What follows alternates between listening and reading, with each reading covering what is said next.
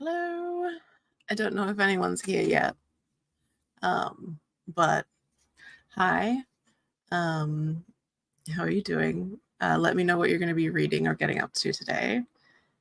These sprints are for the Thick Thighs Readathon, and I believe today, well, at least, excuse me, for me on the 6th, like it's 10 a.m. on the 6th for me. It's National Plus Size Appreciation Day. I don't know what nation that is, but National Plus Size Appreciation Day. So happy National Plus Size Appreciation Day. So yeah, let me know what you're going to be reading or getting up to, how the readathon has been going for you so far. I have finished 3 books, and so I'm on my 4th, which is not quite as well as I had hoped I would be going at this point, but it is what it is. I'm hoping to get a lot of audiobook listening done today because I have a bunch of cleaning stuff that I need to do. So yeah, it's going to be kind of like an intense cleaning and audiobook day, and hopefully get something else finished. I'm currently reading Only for the Week by Natasha Bishop. I hope that's right. I always doubt my memory immediately. Yeah, Only for the Week by Natasha Bishop. So, and I like it so far, but I'm only like a chapter in because I was very tired last night. So I was thinking I need to put my sunscreen on. And I had brought it in here, I was going to apply it while we talk, but then I realized I won't be able to read comments if I take my glasses off. So, anyway, speaking of comments, hi Merb. I guess if you're here, I'll just leave. Morning.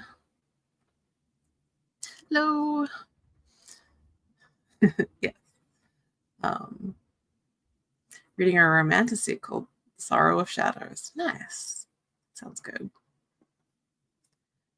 In a cafe, just ordered some breakfast, got a banana and blueberry smoothie and some eggs on sourdough. That sounds really good. I ate cereal. I just housed a bowl of cereal because I was like, oh, I need to get up and get moving. Really took the self-care prompt seriously this year. Yeah, I forgot that there was a self-care prompt. It's fine. I mean, I washed my hair last night. You wouldn't know it, but I did. Hoping to read Somewhere Beyond the Sea for the moment. Yeah, that sounds really good. Finishing my Zarafis coffee and continuing to read my TBR today. Excellent.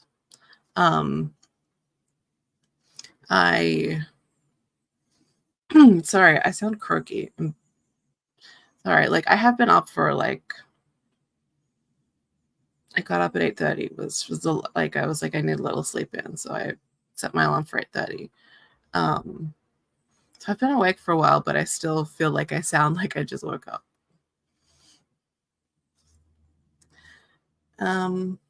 But yeah, I have read 2 middle grade books this week, which I feel like is very unusual for me, but they were very cute. I really liked both of them. I don't know that I will make a habit out of reading this many middle grade books in a week, but it's been nice. I feel like I need I've needed some of that cute relaxing energy this week, and it's been nice. So I'm having a great thick thighs so far. I do need to procure some caffeine soon. At least taking my meds, so my brain is somewhat online. At least, yeah. I have taken my meds. I don't know that they have. I don't feel that they have 100% kicked in yet. It was only 20, 25 minutes ago. And they usually take a bit longer, and also my brain is doing this. But hopefully, like after the first sprint, I'll be like really with it, because I'm so with it usually on my meds. If you've not been reading since 3 this morning, wow. Oh yeah, you were saying you were doing readathon. 3 this morning, and only now am I actually feeling awake. 2 coffees and sun on my face earlier. Yeah. I need to do some washing today, so I'm hoping that like once I like have put my sunscreen on and go hang it out, that will like really get my brain going, because like yeah, getting that sun is very helpful for waking up. And like I'm in a sunny room, but yeah. Cocoa gadget stimulants. Yeah. It's like, yeah, I've taken my prescribed amphetamines. And we'll see how that goes. In theory it should be good. I was having a weird heart thing last night, so like I'm slightly worried about that. But the thing about being someone who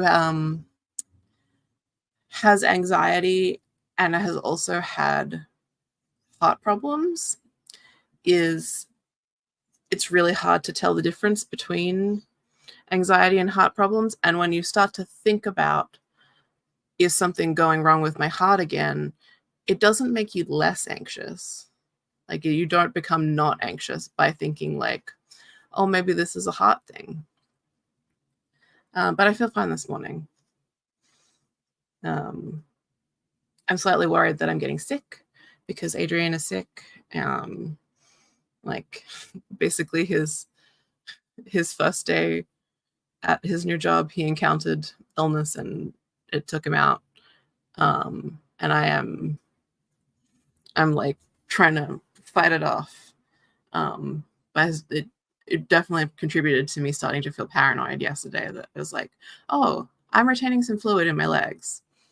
Because at first I was like, wow, my leg's really hot. And then I was like pressing on them because like I don't know if people who haven't had to like monitor the fluid levels in their body because they might be having heart failure, like know about like pressing on your legs to see if you're retaining fluids. But anyway, I was doing that. And I was like, I have not seen myself retaining fluid in my legs for ages. But I am. And then like I started to feel weird in my chest, and I was like, is this anxiety about the fluid, or is the fluid because my heart is failing? But I do feel fine right now. Yeah, anxiety and health is so hard.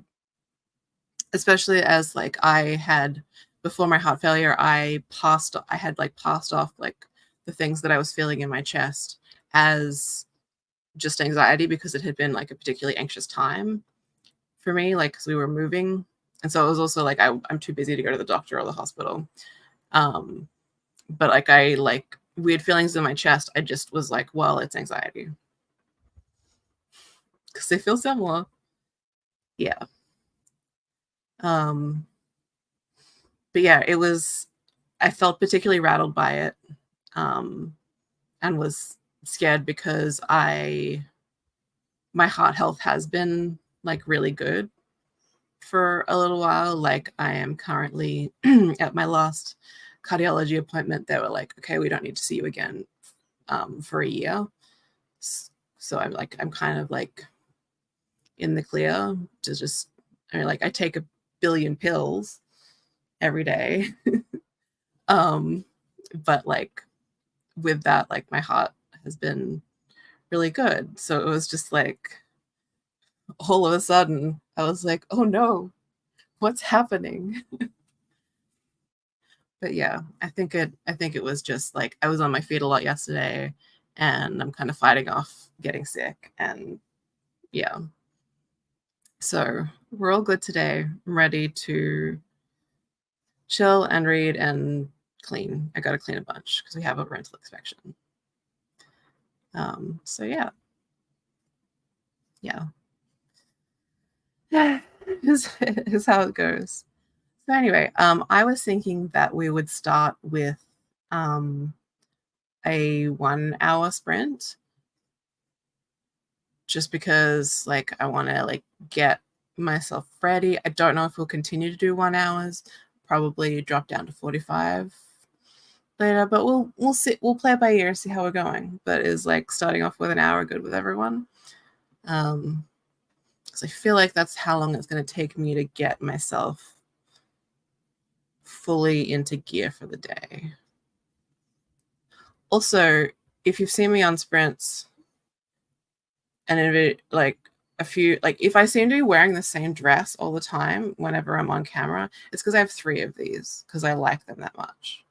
Actually, 2. This is one of the 2 navy blue ones, but I also have a black one, which probably don't look significantly different, like navy blue and black on camera, but I do have the same dress 3 times. So I'm not just wearing one dress all the time. And I just like, when I saw myself on camera this morning, I was like, I was wearing my other button down blue dress yesterday. So, or maybe it was the black one. Who can say? This one's missing a button. I need to repair it.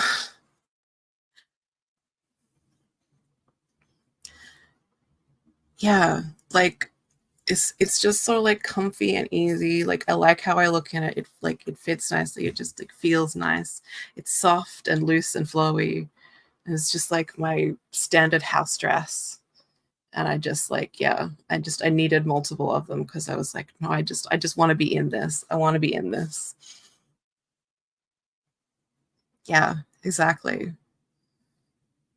When you find like the perfect comfy leggings, you gotta just you need more than one.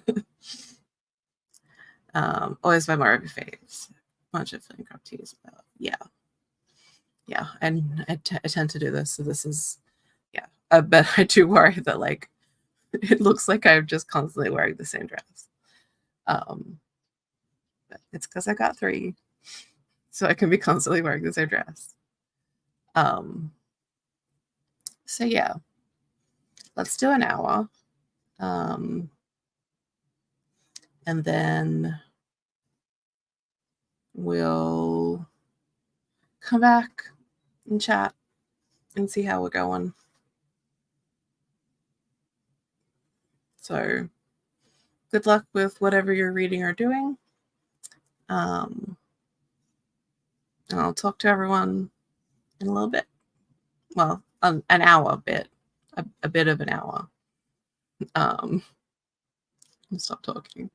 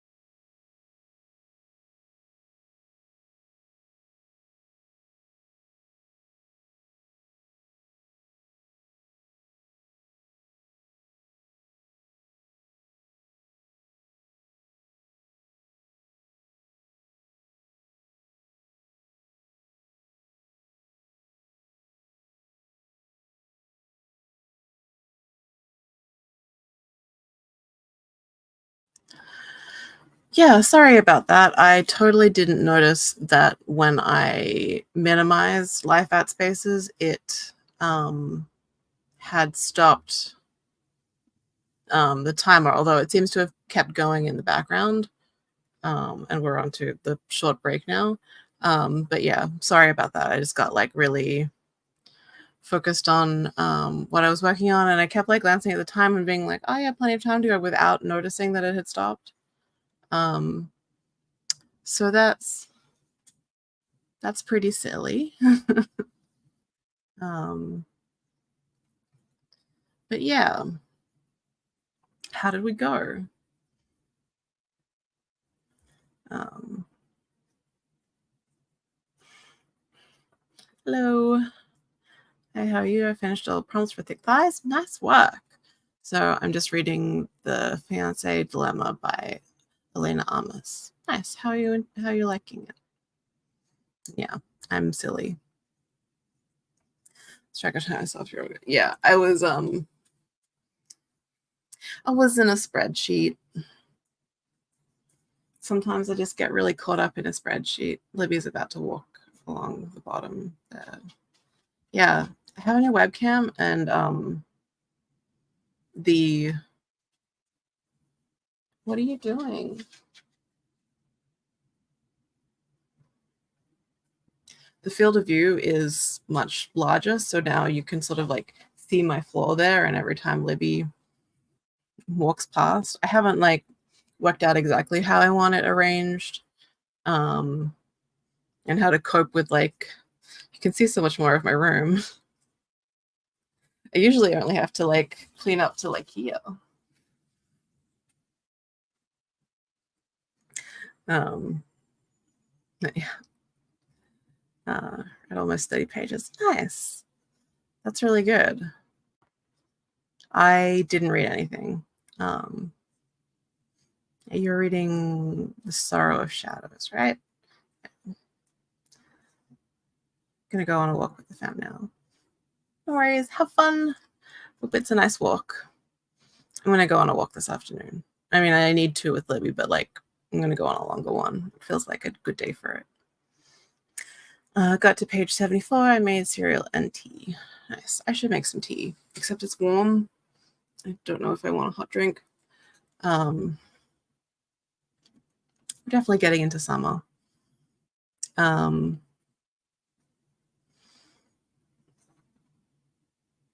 But like, it's still really cold at night, so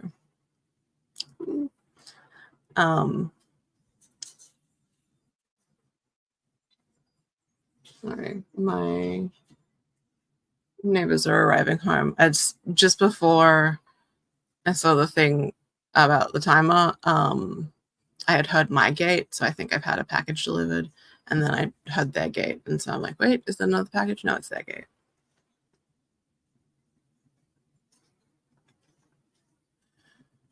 Everyone's wearing white. Oh, I guess it's Sunday. I don't know.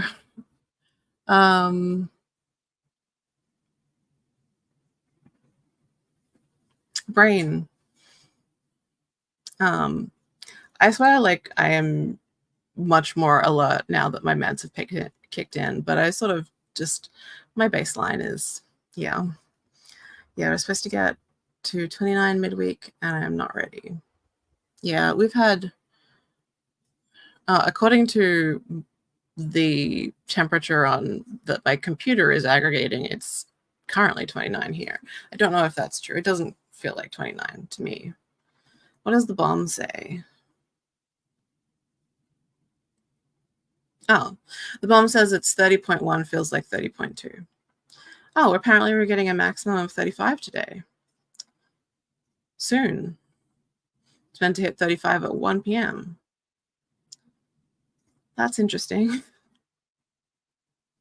I'm gonna need to put the aircon on.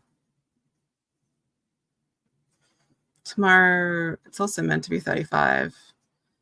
And then 34 on Tuesday, but also thunderstorm. So, yeah. It doesn't feel too bad to me because it's not that humid yet. Like, it's only 41% humidity.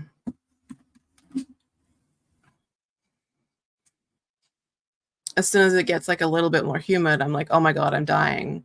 But like my brain just like associates humidity with heat. And so I'm like, I'm not really hot unless I'm humid.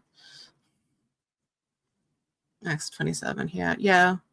It was 27 here for a lot of yesterday. We ended up putting the aircon on because Adrian's sick. So like I wanted to make sure he was comfortable. I should check on him in the next sprint.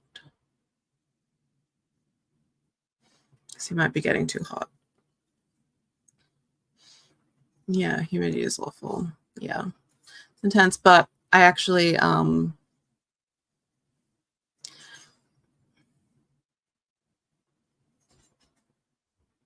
they've changed clothes. Oh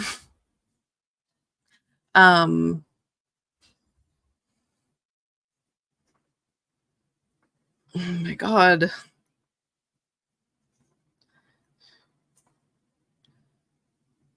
Please work, brain. No,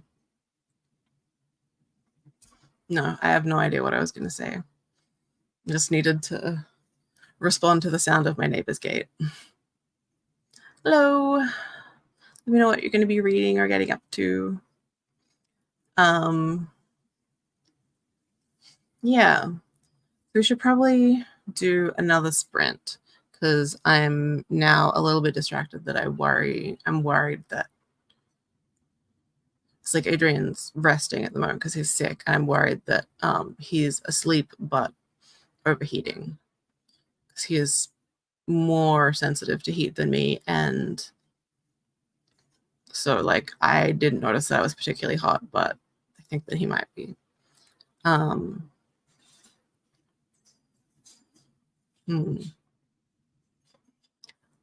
Bouncing between the Sound of Stars and magical/realism essays. Nice. Sound of Stars is by Alicia Dow, right? I haven't read that, but I've read this week. I actually read Alicia Dow for the first time, and I read 2 middle grades from her. I thought they were really good. And I mean, I feel like essays about literary theory are always interesting. I mean, in my opinion, at least. They're probably not always interesting to everyone, but like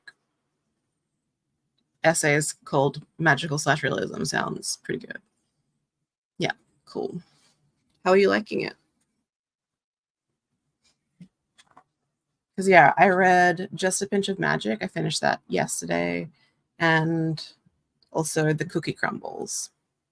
And they're very cute. I don't read much middle grade, so I don't have like a good standard for judging it necessarily, but I thought that they were very cute and fun. So like, yeah, I want to try some of her other books.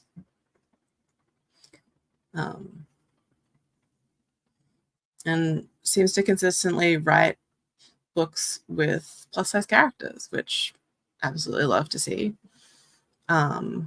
Essays are honestly incredible.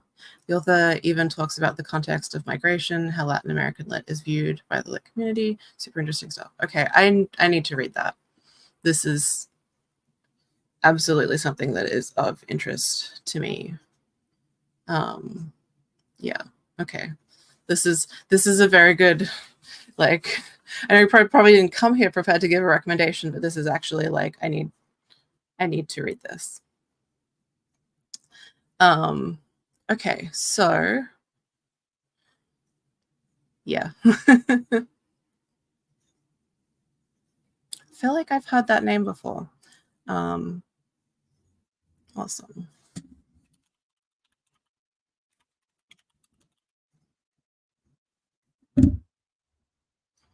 That is really awesome.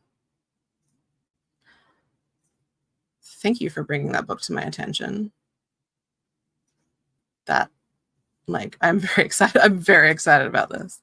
And personally enjoy The Sound of Stars, but I don't think it's a bad book. Cool. Good to know. I don't know, like it's like with YA, it's kind of hard sometimes.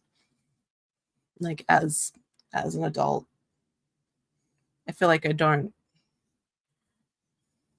I feel like I'm overly hard on YA,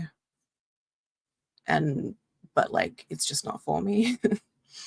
Sound of Stars is okay.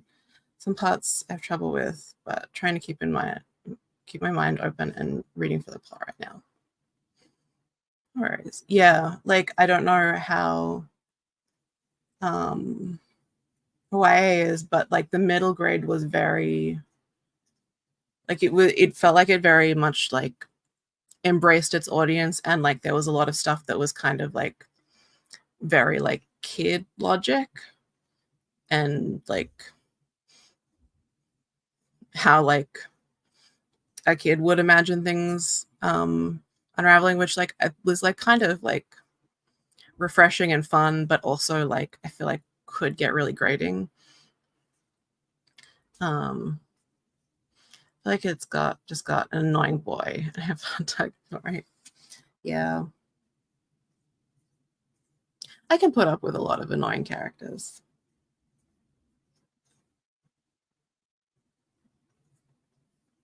I'm fueled by dislike.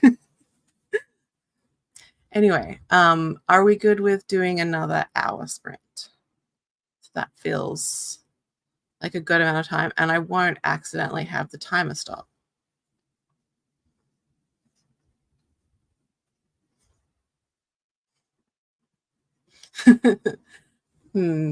Okay. I'm very curious. Um, I'm very curious now, but also this like not curious enough to want to read the book on based on what you're saying.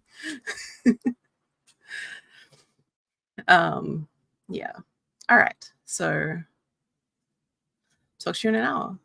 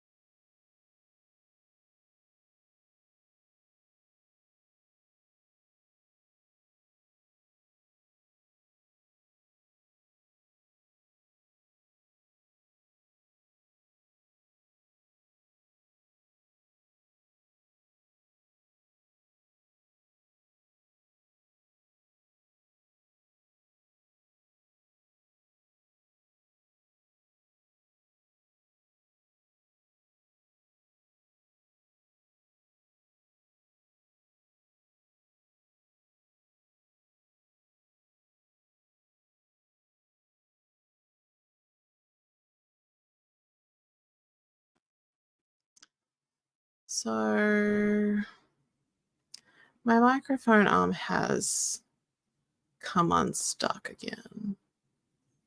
And so I'm holding it. So I'll fix that in the next sprint, I guess. It just like as I went to turn it to myself, it just came off. So that's good. Excellent. That's just what we want. It's like, hey, what's up? How's everyone doing? Yeah. And just like I spun it around to me, and like the clamp that clamps it to my desk just came off and fell away. And I'm just like, yeah, that figures. It's about right. Yeah, I definitely feel very cool.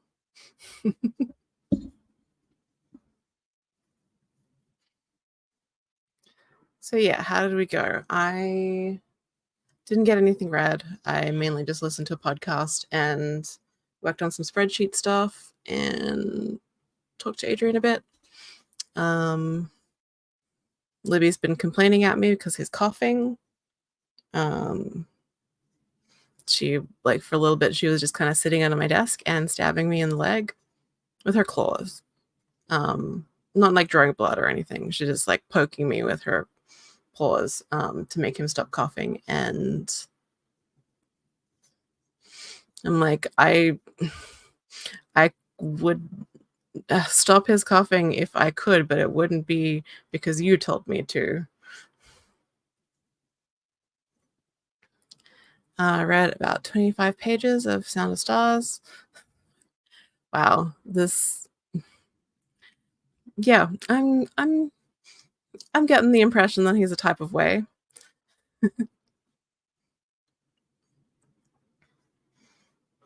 I'm hopefully going to get some good reading and cleaning, like housework done in the next sprint. Because I just like, it's already 12:30 and I haven't gotten very much done today. I did a spreadsheet I was meant to do a while ago. So that's done. But otherwise, not a high achiever yet today. But you know, it's only been 2-hour-long sprints so far. How much did I expect to get done in 2 dedicated hours to being productive?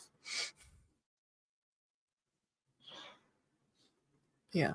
And I've got the aircon on now because it is quite warm. My computer says that it is currently 32 degrees Celsius. So I'm not excited about, like, I need to do some work in the garden as well today, but I'm going to leave that until probably like after 4 p.m. I don't know how long I'm sprinting for today, by the way. I can't remember if someone else was sprinting after me. I'll find that out. But otherwise, I'm just going to be here for a while. Yeah, that's pretty warm. And like you're going into, like, you're in, is it officially autumn now? Like, because like, so like our season, like in our seasons, we just change at like the first of the month when that season changes. But I know that like in the US, it's like there's a official sort of like first day of a season. I guess like since it's October already, like yeah, it would definitely have changed, right? I don't know. Anyway, it's spring here, and I'm in Queensland, Australia, which means that it basically just kind of just goes into summer. Like The transitional seasons are my favorites, but we don't get a lot of them. It kind of just like gets hot. Yeah, it's supposed to be full already. Right, September 22nd. Cool. So like the day after the 21st night of September. Sorry if you can hear him coughing, by the way. He's sick. But yeah, 28 is pretty warm for fall, right? I guess like San Diego's fairly warm. Um,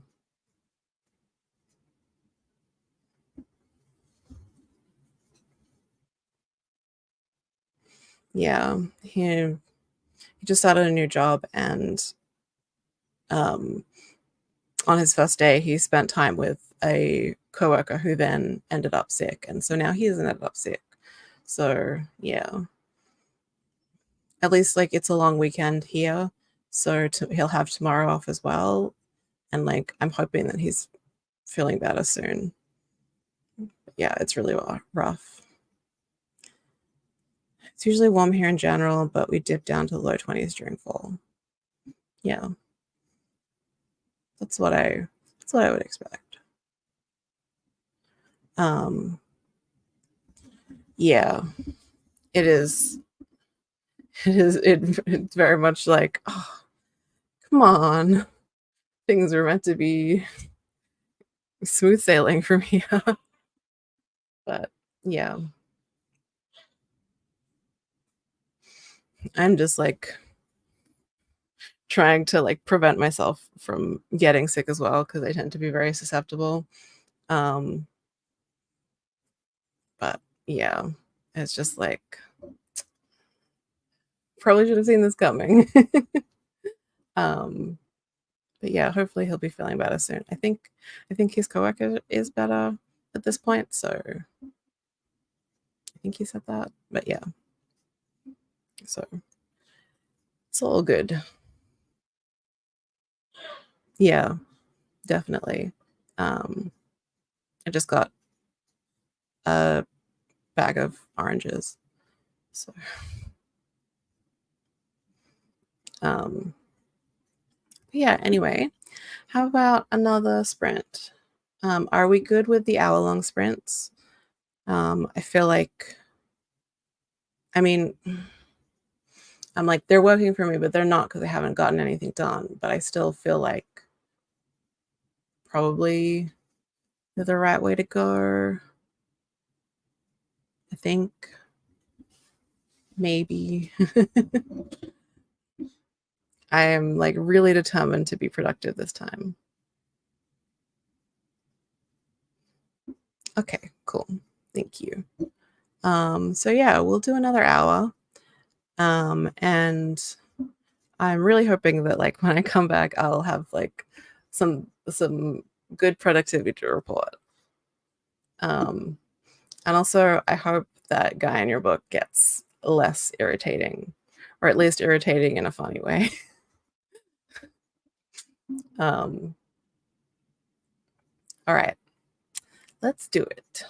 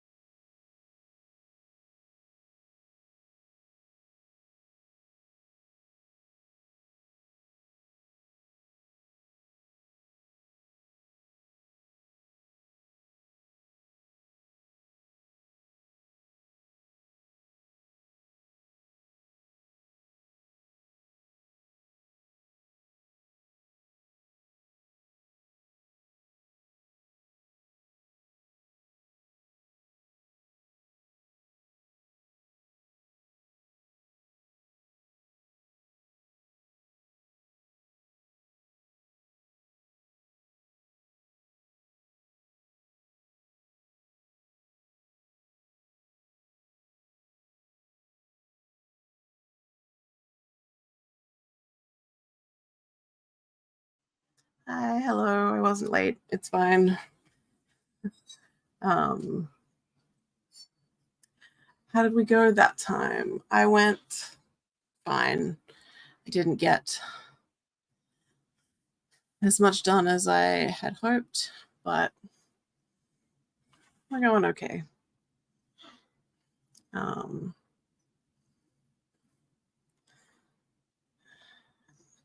Still out running errands, hopefully be home soon. That's okay. I mean, to me, having to be out running errands is punishment enough. I hate leaving the house. Hello. How are you doing? What are you reading or getting up to?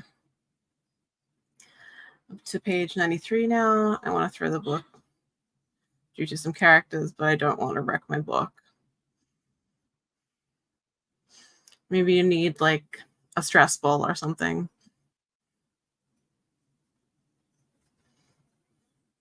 Throw a toy around for Peppa, maybe.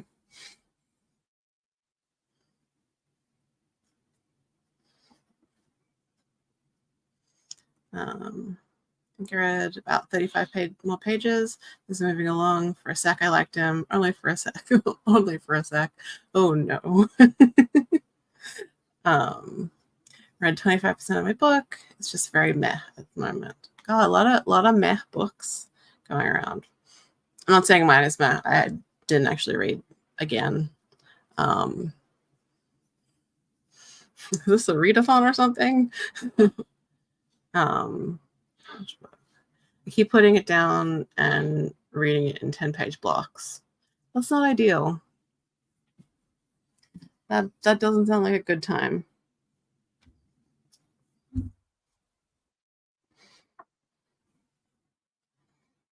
I'm still only like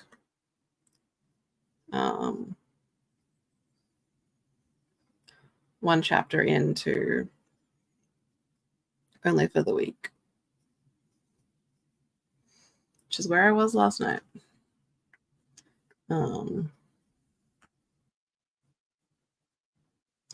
So I Beyond the Sea by TJ Klune. It's good, but the series deals in bigotry as a central theme. So it's like, yeah.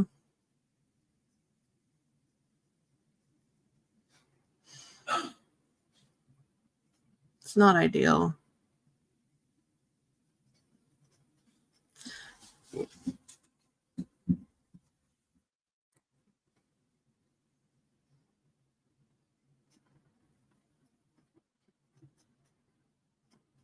I have complicated thoughts about House on the Cerulean Sea that I don't want to like get into necessarily, because I feel like also it's been talked to death.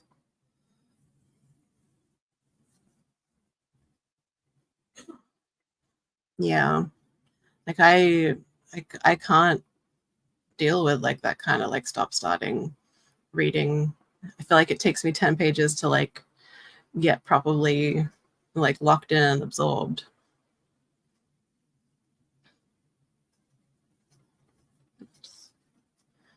It's a rough read at times. The cuteness of kids helps. Well, that's good. Yeah, they're good kids. All right, I keep like I got a new mouse the other day because like my previous mouse was having some problems, and I'm just like, fine, let me just get another mouse. And I got like a weirdly shaped like ergonomic one because I really wanted to try it, and it's really comfortable, but I do keep like putting my fingers in the wrong place. Like, so it's like this like stands up like this. So like your hand goes there, and I do keep like slightly like I keep putting my hand like that. I'm trying to like left click on this side. Yeah, it's like that.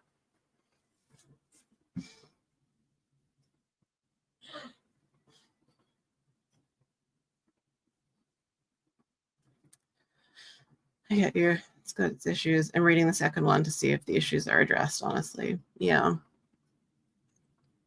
Like I felt my biggest issues with it is like it kind of sours it like reading his perspective in that like his inspiration is of like the 60s scoop. Just because like I'm like, well, I feel like it was a good allegory for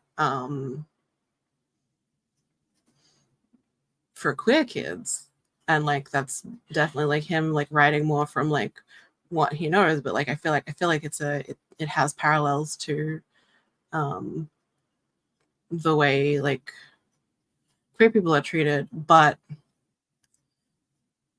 Indigenous people don't need found family and a kinder system. They have family.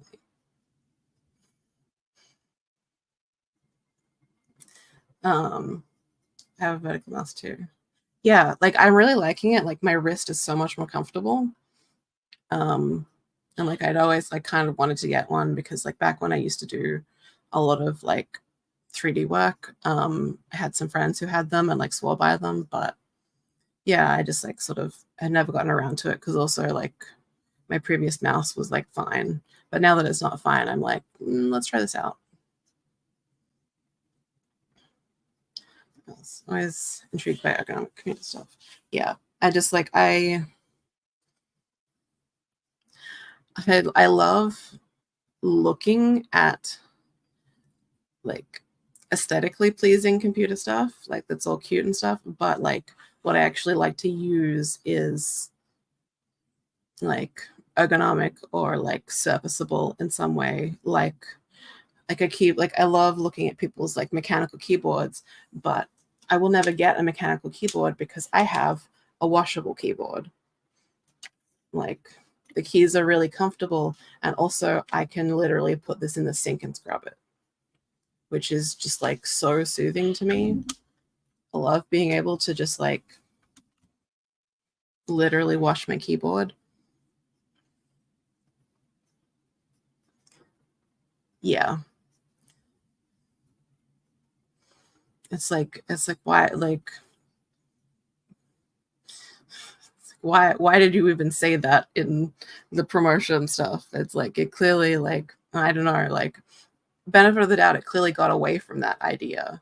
And I feel like he was speaking much more to something than he knew, but then kind of marketing it as like, oh yeah, this is my inspiration. And it's like, well, you did a bad job. I hope he addresses it sensitively. Yeah. But I'm interested to see how the affected communities feel about it. Yeah. Yeah, I have tendonitis in my right arm, so this vertical mouse is a lifesaver. Yeah, I would imagine. Um, yeah, I get pain in like my wrist and elbow from time to time, so I thought it would be worth trying this. And just like, yeah, I like once my hand is in the right position, I'm like, wow, this is so comfortable. This is like really lovely to like rest my hand like that. And I also found like, I don't know if anyone else does this, but like on like my other mouse is still here, but like I had a tendency to always like when my hand would be resting on it and I'd just be like reading something, just like my finger would twitch and I'd just be clicking. And I kind of wonder now because like I find that I'm not doing that so much now that I'm not really doing that now. I'm on the vertical mouse. I kind of wonder if my finger like kept twitching because it was like something was getting pinched. Down the creamy keyboard rabbit hole on TikTok. Yeah. A thing that like I keep getting Instagram ads for is ceramic keycaps, and like there is just like a part of me that like the ads like do their job. The ads speak to me and tell me that like it would solve all my problems if I just had ceramic keycaps. But I'm not going to get a mechanical keyboard and ceramic keycaps because I'm happy with my keyboard, and also I would need to like learn like a slightly different like spacing, like just changing between any keyboard like ruins my brain for a bit. So like I'm not gonna get one. Adrian has a mechanical keyboard. And like it's fine, but like I love my keyboard and I need to keep reminding myself of that every time I see the beautiful ceramic keycaps and think like how lovely it would be to touch them. Currently need to get a better setup for my footrest. I'm getting some knee pain. Yeah, it's always rough. And also I feel like it's often also, I don't know if you find this too, but like you'll solve like one like ergonomic problem with like your desk setup, and like that will be relieved, and it's like, okay, that feels so much better, and like I'm so much more comfortable. And then after a while you're like, okay, well, now that like that bigger pain and discomfort has been solved, I'm aware of like another smaller one, so now I need to solve that, and it's just like a never ending mechanical one that lights up as I type. Yes, they're so cool. I love them. Like I would totally, like if I didn't already love my washable keyboard, I would 100% get a mechanical keyboard, because it's definitely the kind of thing that appeals to me. But I have to keep reminding myself that I love my washable keyboard. I'm thinking ceramic keycaps would be nice, but I think you make a really good argument for the washable keyboard, honestly. Yeah. Particularly as like I first went to the washable keyboard because I was really prone to like spilling my drink on my keyboard all the time. And so then like you wouldn't always like ruin it, like it, you know, just like dry it out, but like it would like get gross over time, and I just like, and I always like cleaning my keyboard. Like I like to like take all the keys off and get in there, but like it is a whole big thing. Whereas with this, it is absolutely not a whole big thing. It can just unplug it, take it to the sink, and give it a scrub.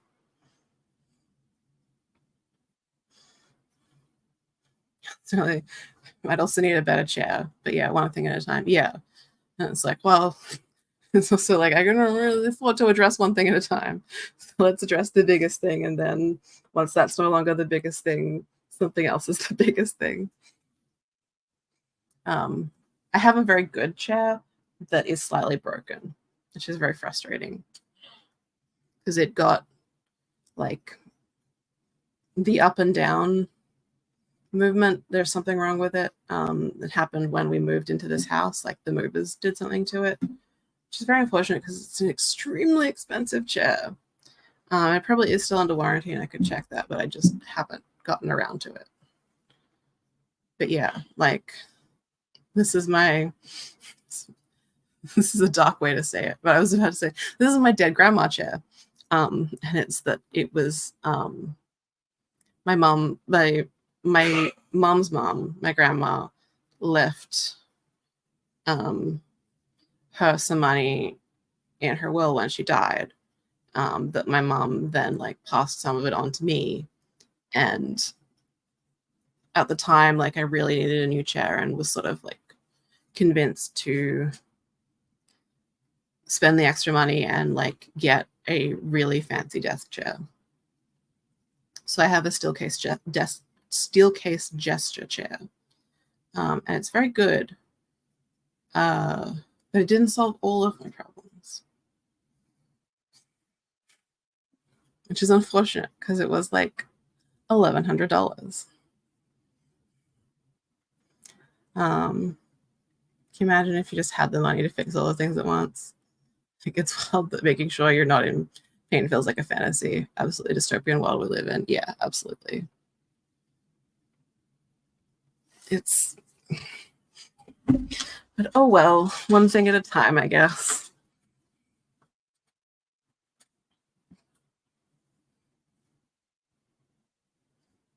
Mm-hmm. Mm-hmm. Mm-hmm. The absolute truth. Anyway, we should do another sprint. Because there's something to get cleaning done. I'm really dragging my heels today. I feel off or I'll cry. Yeah, absolutely. And the reason we have these issues, yeah, capitalism. It's all a bad cycle. Yeah, like my sciatica got so bad because I was in a job that had me on my feet a lot, and was only sort of like entitled to so many. Like I was actually able to get some physio appointments eventually, to try and correct the problem, but only so many. So it's like very like grateful to have somewhat supported healthcare in Australia, but it is just like, okay, well, you should be fixed after this many sessions. Mm-hmm. Yeah.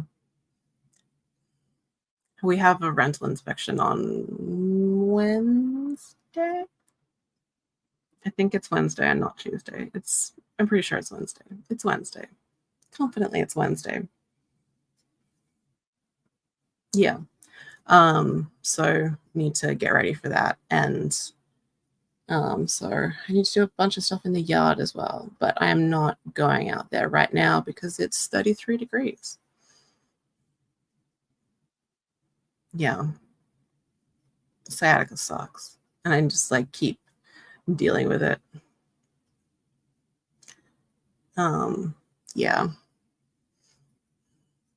I need to get some more, but like I also like I was looking into somewhere I could go because also like I really want to try and find a place that's like health at every size because I had like kind of some bad experiences with physio in the past.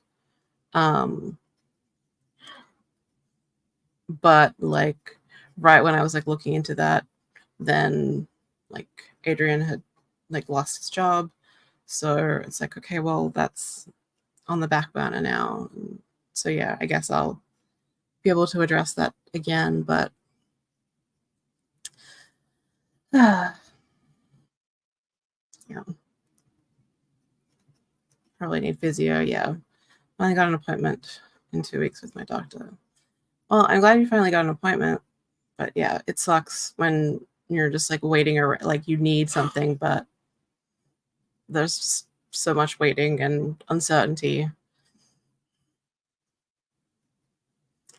Um, yeah, absolutely. All right, let's do another hour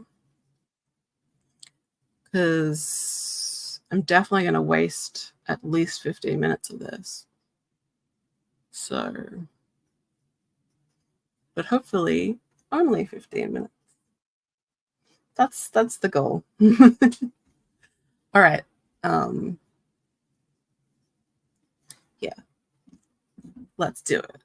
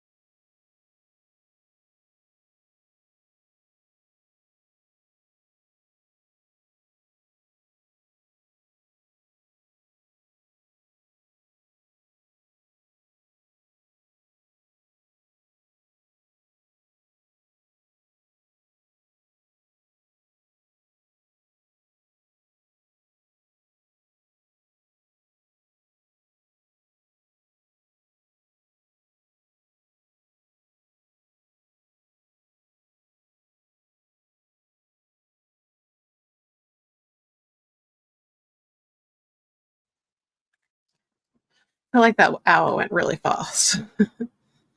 Definitely started to get some stuff done though, so I hope that sprint treated everyone else quite well.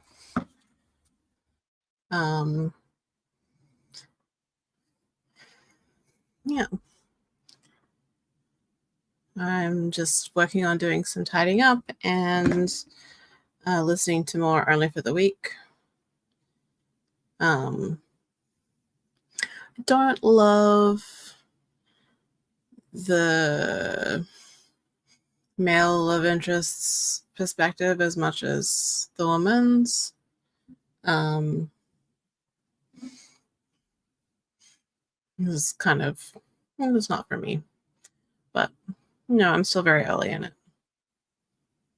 Hello, welcome. Oh, you finished your book. That's excellent. Good job. Oh, reading more highly suspicious. Reading more of Highly Suspicious and Unfairly Cute. Right.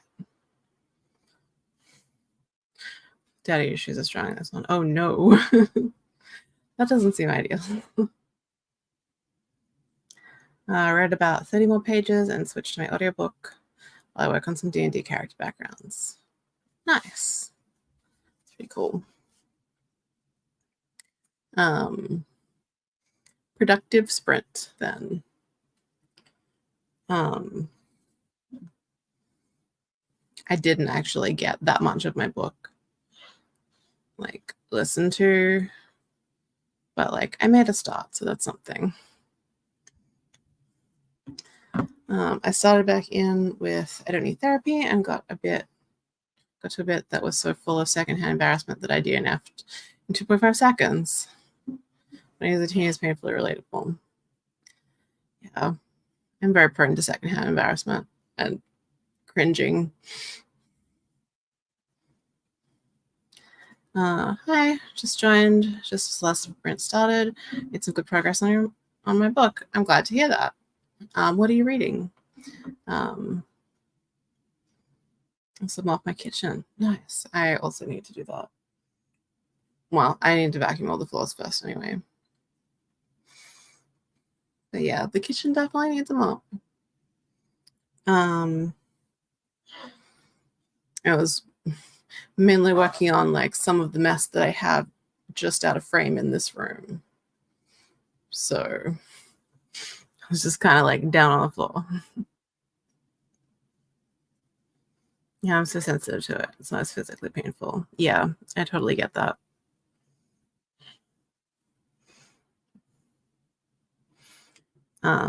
Reading The Death of Mrs. Bestaway by Ruth Ware. I've heard good things about that. Are you enjoying it? I've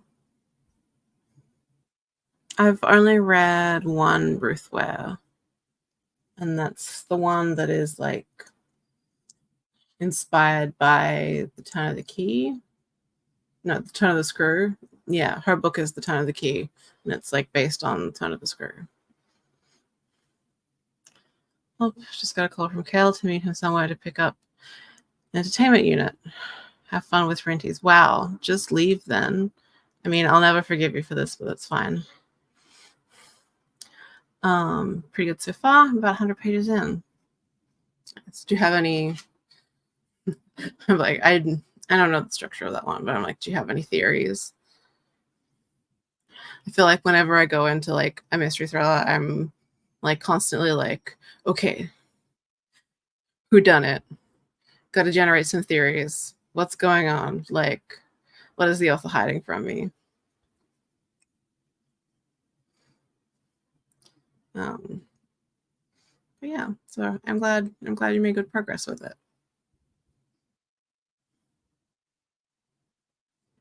Oh, it's 3 p.m. already.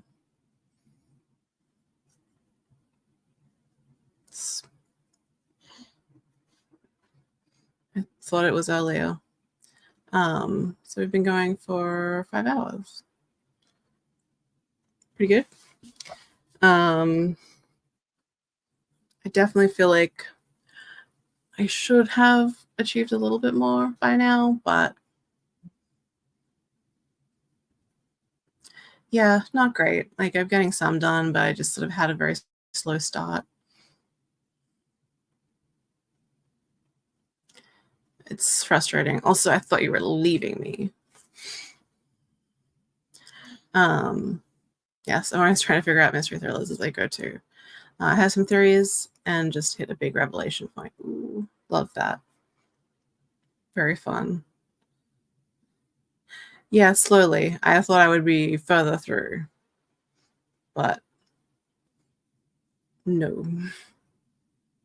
But that's fine. Rain is all over the place today. Daylight savings is messing with me. Yeah, I did see that it had changed today because I was doing the spreadsheet for the 48-hour readathon sprints. And I was like, okay, so it should be in Australian Eastern Daylight Time. And I'm like, gotta remember now that is in effect. I'll definitely forget. But, you know, I just got hiring going. Yes. I still have a bunch of stuff to do. So I'm kind of just like good to keep going unless anyone else wants to take over. I can't remember if anyone else was scheduled for today, but yeah.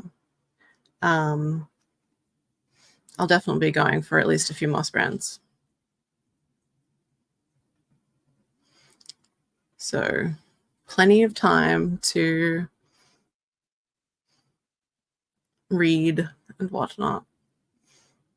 I've only really started reading at this point, 5 hours in.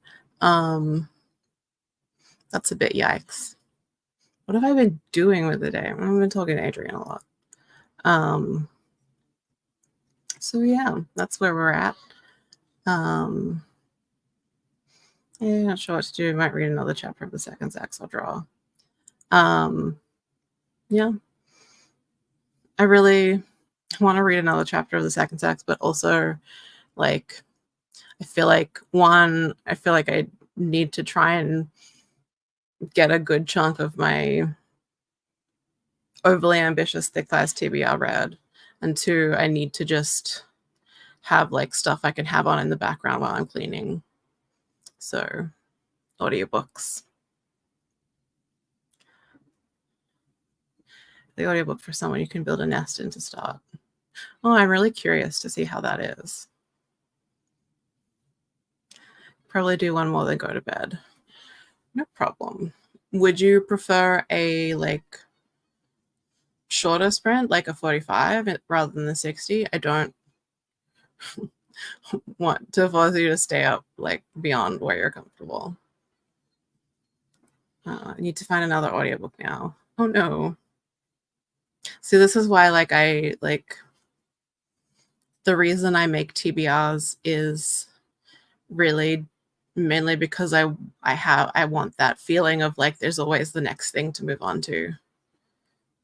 I feel like I've said this on sprints before, but like there's this passage in a memoir I really like where the author Maya Hornbacher is talking about when she was a child and she like was sort of like in bed a lot as a child, being like very anxious, and she had sort of like this idea as a child that like so long as like she was like in bed and she was reading, and she like kept like one hand on the stack of books that she was going to read next, like next to her. So like she just like one hand she's holding the book she's reading and the other hand is on the stack of books, so that like as soon as she finishes the last page she can like move on to the next one immediately, which I found very relatable. Worried if I completely stop I won't pick it back up. That's fair. Good. It's still Saturday, so I can do the 60 minutes. Cool. No worries. Eyeing that audio.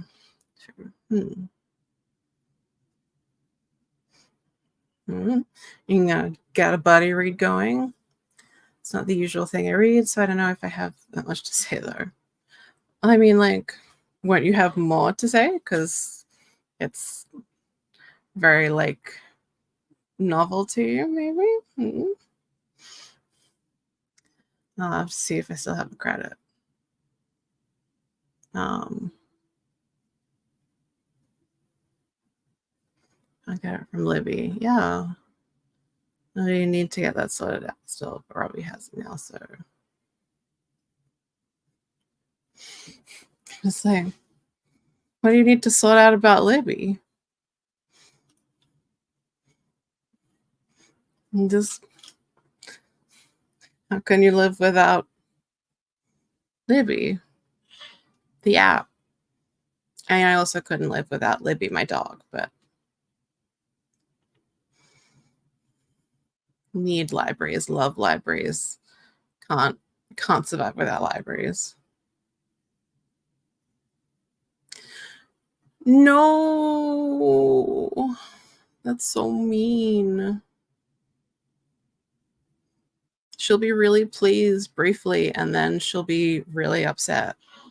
Just sort of like how the arc of her feeling about strangers goes.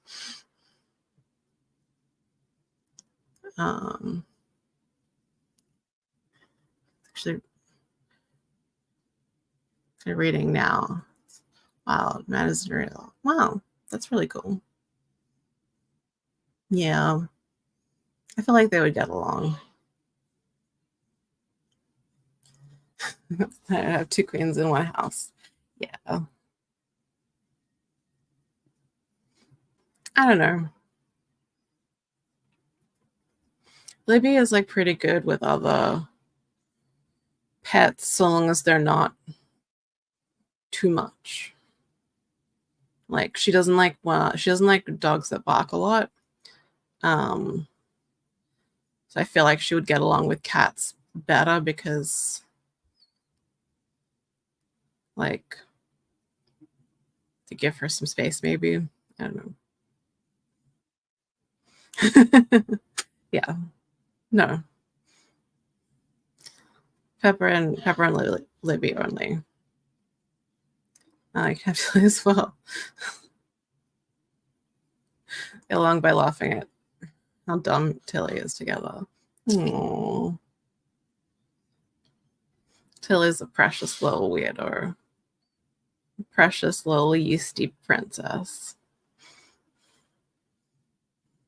Pepper's terrible with other people besides me, let alone animals. She's getting better. Well, getting better, that's good. We're already about to head to bed. About 12% of Homecoming by Kate Morton. It was such a slow start last night, finally starting to move. Well, I'm glad. I'm glad that it's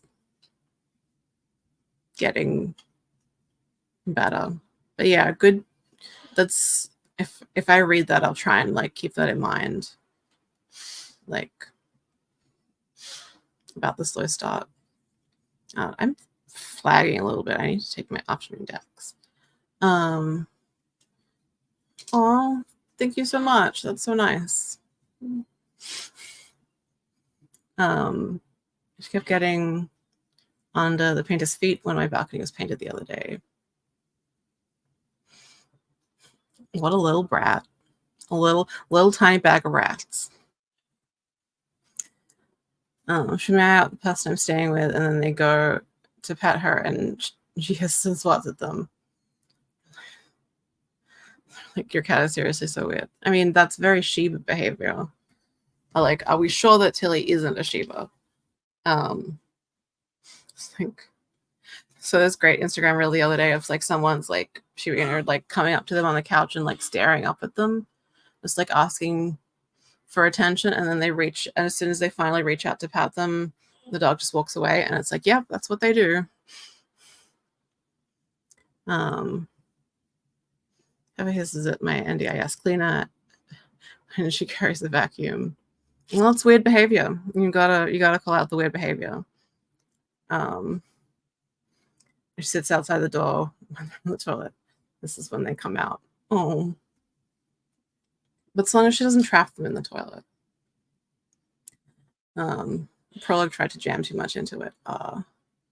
That's rough. Yeah. Pacing.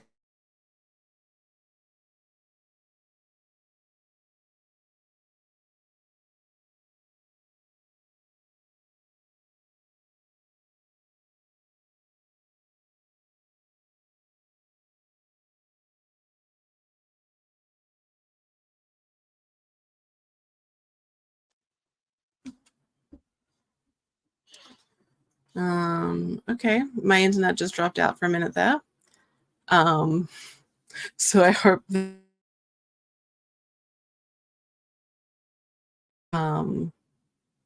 oh no, it's still happening. Come on.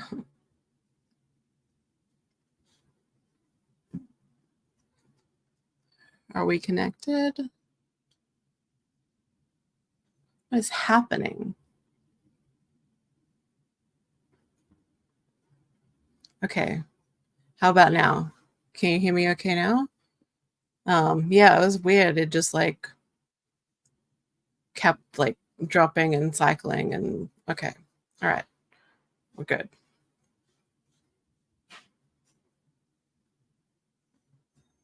Yeah, I'm really unpredictable like that. Anyway, let's do another sprint before it drops out again. Um, so I'm just like I'm all like clenched now, waiting for something to go wrong. But we'll go into another sprint. All right. Talk to you all in 60.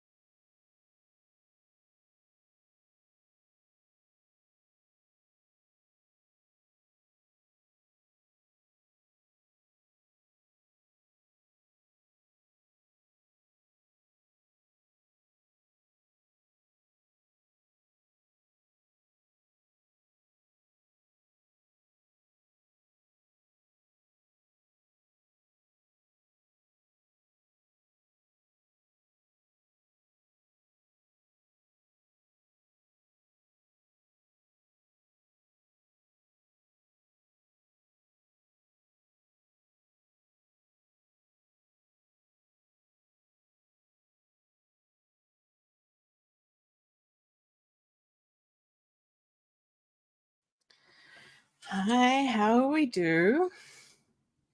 How did we do? Diction. I can speak.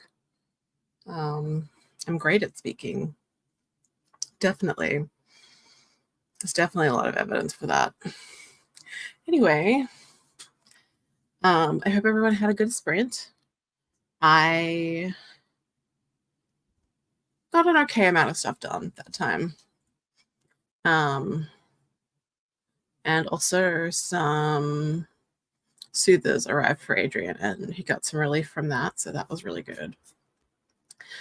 He is having a lay down now, so I had this thing where, like, when someone else is in my space, like, I'm prone to being just distracted by their presence, and I'm much more productive when I, like, know that I'm not going to be interrupted by a person. So that's pretty good. Got to page 196 of Sound of Stars. How is it going? Also, like, how much more do you have to go? Like, I don't know how long that is, but, like, is the dude still being annoying? No reading, still finding an audiobook, ate a very early dinner, and did blood sugar, all very boring things. I, like, I changed my mind in the middle of something I was going to say in the middle of that sentence. I was going to be like, oh, you should read one of the middle grades that I read this week. Because I just did them on audiobook and they're very chill and fun. But I don't know how torturous they would be because they both have a strong baking element and just, like, talking about baked goods, talking about and describing and giving recipes for baked goods. So they were cute and they were cute stories.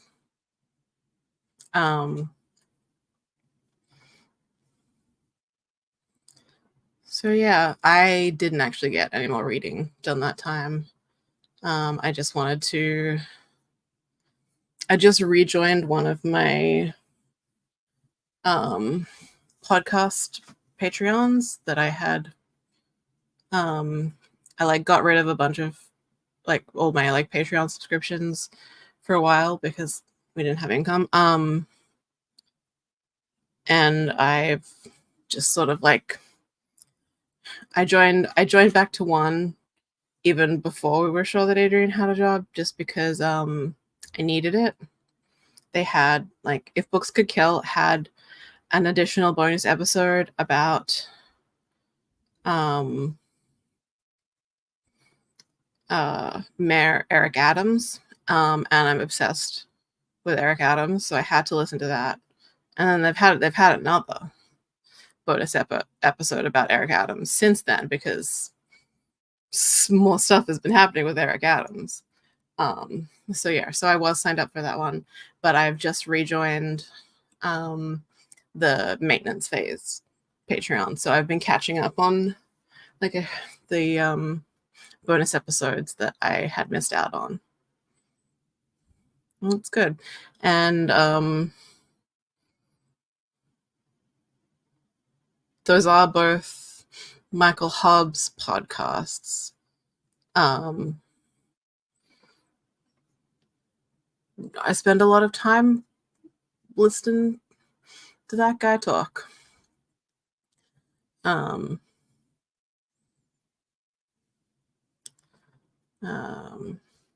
halfway, the thing that bugs me is his personality and language is not consistent, and the amount part is unbelievable. Yeah. Well, that was a, like, good thing about the 2 middle grades that I read from Alicia Dow is there isn't a romance element. At least not, like, directly involving the main characters. In the one that I just read, Just a Pinch of Magic, there is a romance element where, like, their dads are interested in each other, but like we don't hear from the perspective of the dads, and it's sort of just like very much happening in the background, but it's very cute. Got the big sweet things. Yeah, I do miss those quite a bit. Yeah. It really, like, reading both of those books this week really made me want to do some baking. They were um a lot of descriptions of delicious sounding baked goods. Wondered why the female character even liked the male character. I feel that way about a lot of books. But that's probably just because I'm a misandrist.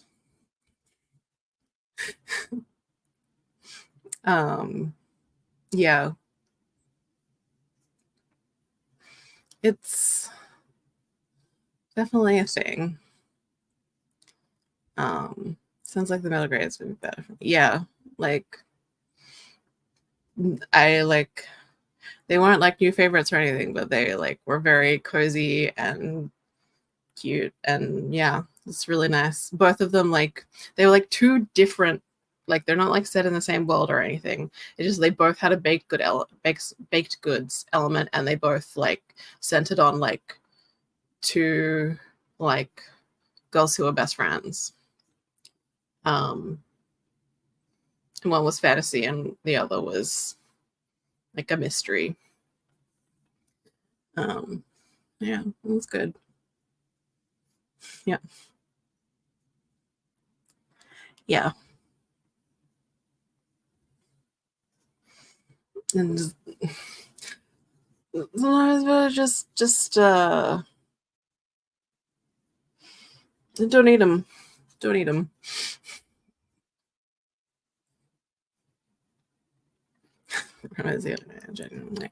Yeah.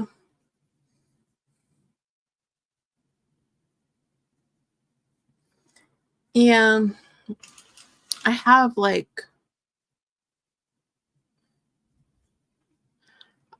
men in my life who are okay. Like, I like Adrian.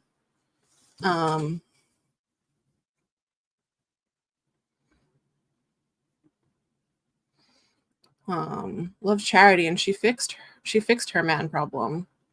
Um,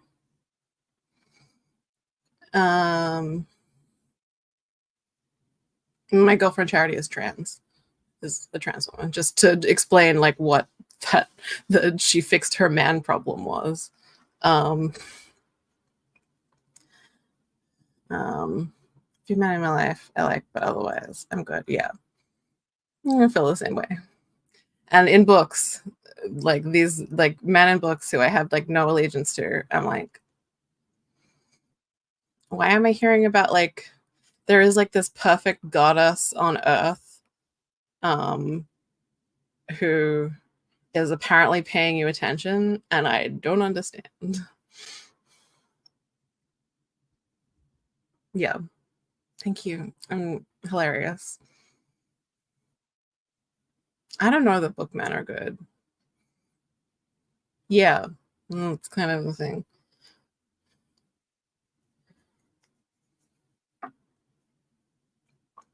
I know it's like it's like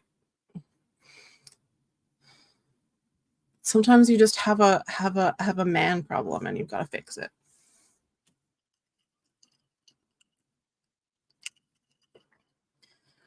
But yeah, yeah,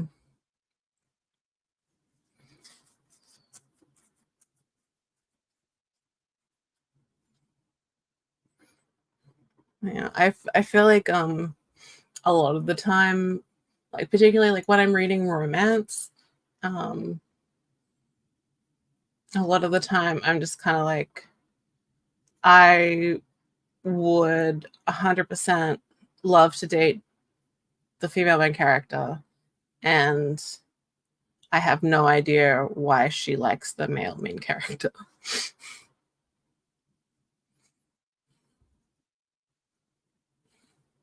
Like, even like I've read so many of Ruby Dixon's Ex Planet Librarians books and like all of the related things. And I love them, but I still like feel like most of the dudes are pretty boring and interchangeable. Sometimes they're cool.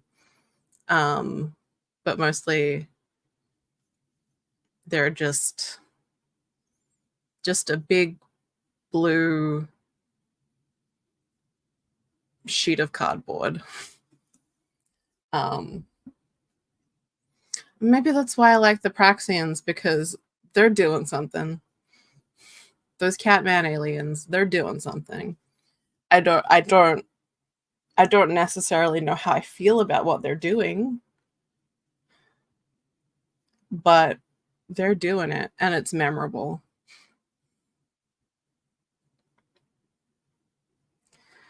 Sometimes the reason people like men in fiction is because they do the bare minimum like once. Yes, exactly. It's like, this is what you're swooning about. I'm so sorry that like this man seems remarkable. Male main character in Behold Her was cute. Well, good. He was a ginger with a lack of toxic masculinity. It was nice. Nice. I also have that on my TBR this week. So anyway, maybe I'll switch to that because I'm really like, I'm having trouble. Like the first chapter of Only for the Week, I like was like really like all in on and like was really enjoying like the voice, but like I've barely listened to any of it today because I keep like putting it down because I'm like, I don't know if I want to hear what this guy has to say. So maybe I just need to switch. And then come back to it.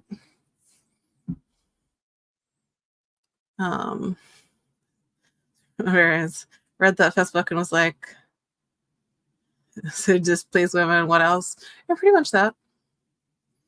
Yeah, they're just so grateful for women to exist because of the shortage.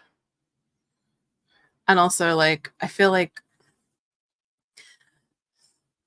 it's very much a trope in Ruby Dixon's work, but also in like other like alien smut that I've read, where like the male aliens have never kissed before, and they've also never received oral sex. They give oral sex culturally. They all give oral sex, obviously. But like they had never imagined that a woman would go down on them, and so like they're just so amazed and grateful with like the like really just like astounding human woman sexuality of like kissing and blowjobs. And I'm like, you don't need to set the bar this low. Like I don't need someone to be impressed with that. Because it also like it's kind of like if someone was like so impressed that like I did like this thing that they'd never heard of before, I'd be like, well, do you actually like my personality, or are you just amazed by kissing? I don't know. The Praxians are the ones that jizz on the doors. Yes, they're like these Catman aliens, and they've got a jizz on a lady's door to mark their territory. You know, totally normal stuff. So yeah, it's something. And if they only plays that, well, that's the thing. Like, it feels like it's like yes, obviously, it's like part of like a fantasy thing. Like, it's like a lot of the time, also like the human woman has like never been like fully satisfied by her selfish human men partners. But I'm just kind of like, I don't know. It feels a little bit like unfairly like stacking the deck in like the humans' favor. It's like I feel like they could be an impressive and interesting partner even without wowing the aliens with oral sex. Mm. Yeah. And of course, like, I mean, with the Esplanade Barbarians, they have the spa, which is like, it's so weird to call it a spur because a spur is not something that I want near my genitals, but obviously it is a positive thing that is not sharp and gonna cut you, but like, I don't know.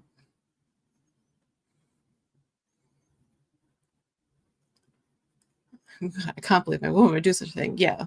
They're just like, wow, this is the most amazing thing that I've ever experienced. Like, it's like, okay, I can do other cool stuff too. Yeah. You gotta let them know. How else will other people know that you're courting this woman if you haven't jizzed on her door? Obviously.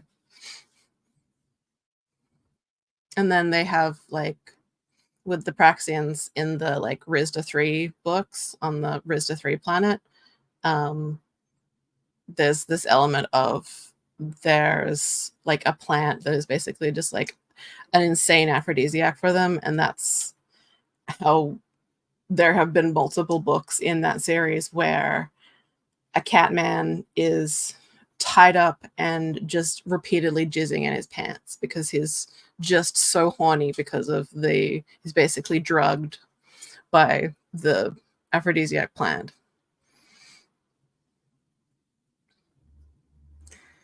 Yeah, can't forget about the spur.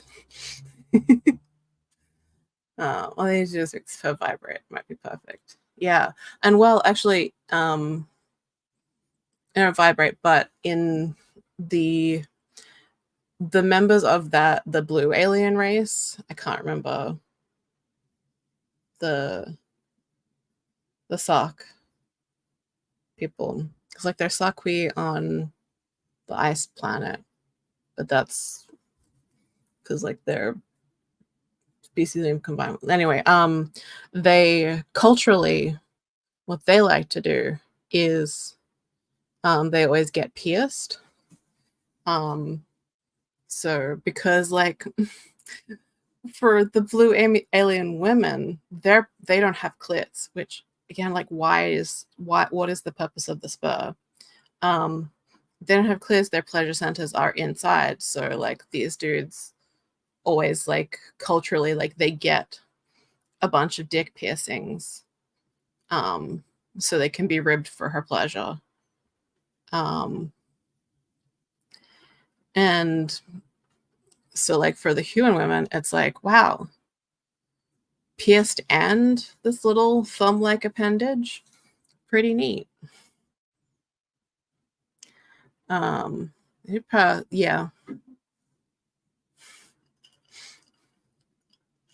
Mm-hmm. Yeah, Sakwi. That's like, but I think like they're just Sakwi on the ice planet because like the Kui part is like the Kui or Cootie, like the parasite that you have to get to survive on the planet. I think they're just the sock. Or it's or maybe it's some I don't know. It's been a while since I read one of those where one of the protagonists was one of the blue people. Because like the two most recent Rizdaverse ones that I read were both Praxian.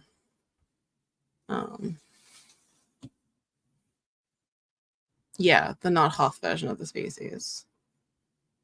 Yeah, something like that. Yeah, they have their own whole culture or whatever. Um, Sorry, I just remembered Bethia, and I love her.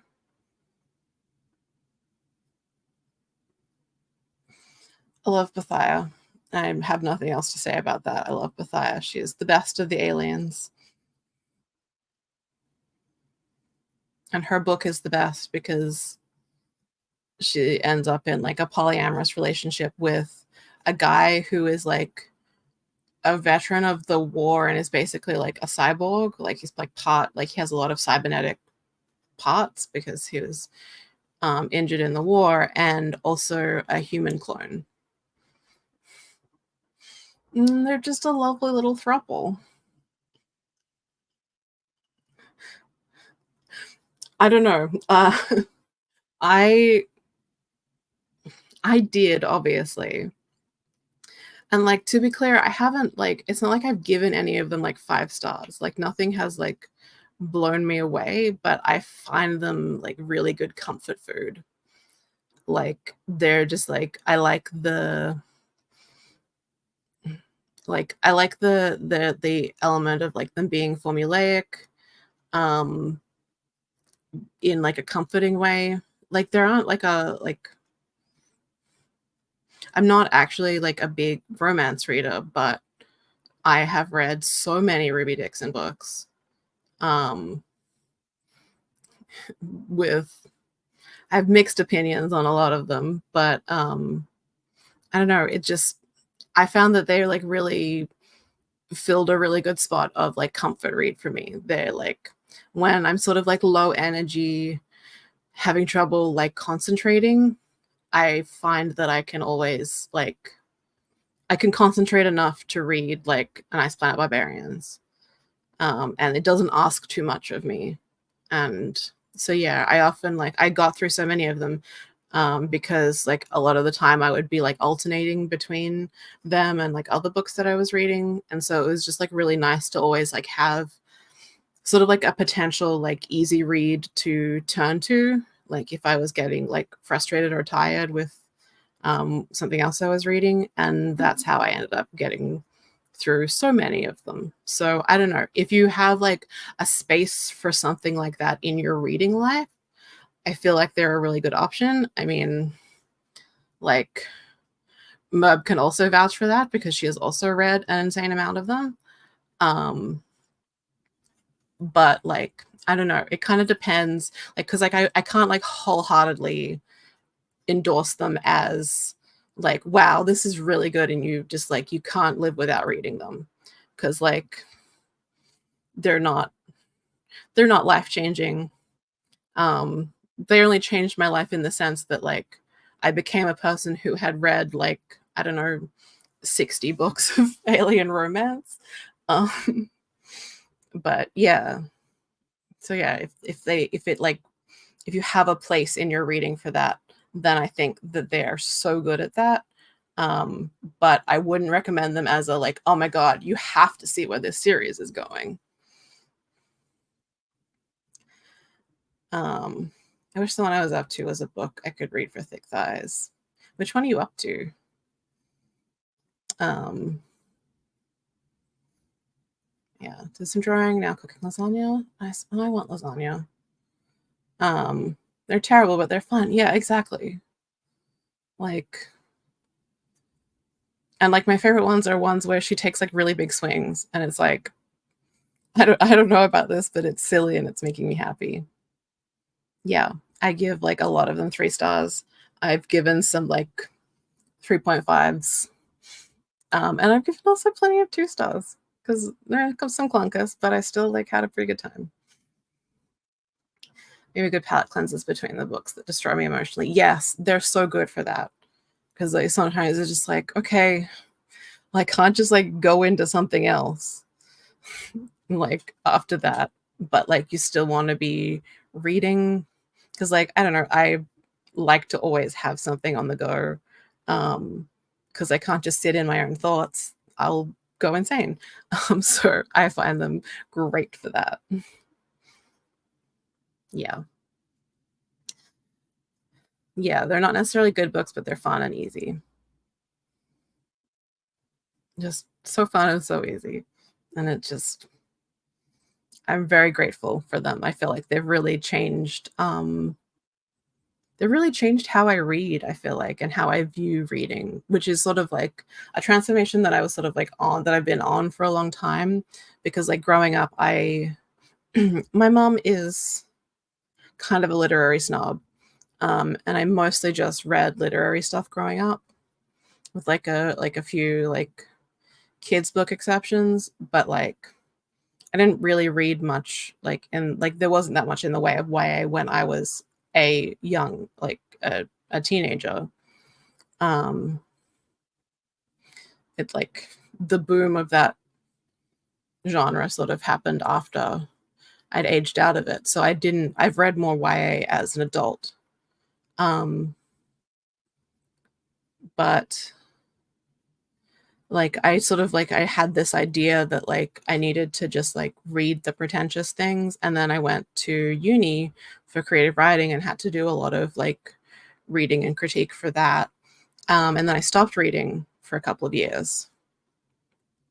And I ended up actually getting back into it um because of like a fantasy romance book club. It was like it was I think it was called like Vaginal Fantasies book club. It was like a Felicia Day run book club and like I would read some of the books along with that and like that got me back into reading and like slowly gradually I like grew to like really enjoy reading again and could read some more of the more sort of like the kind of things that like really like mentally and I don't want to say spiritually but like they nourish me like from the inside. um because like it feels good to think.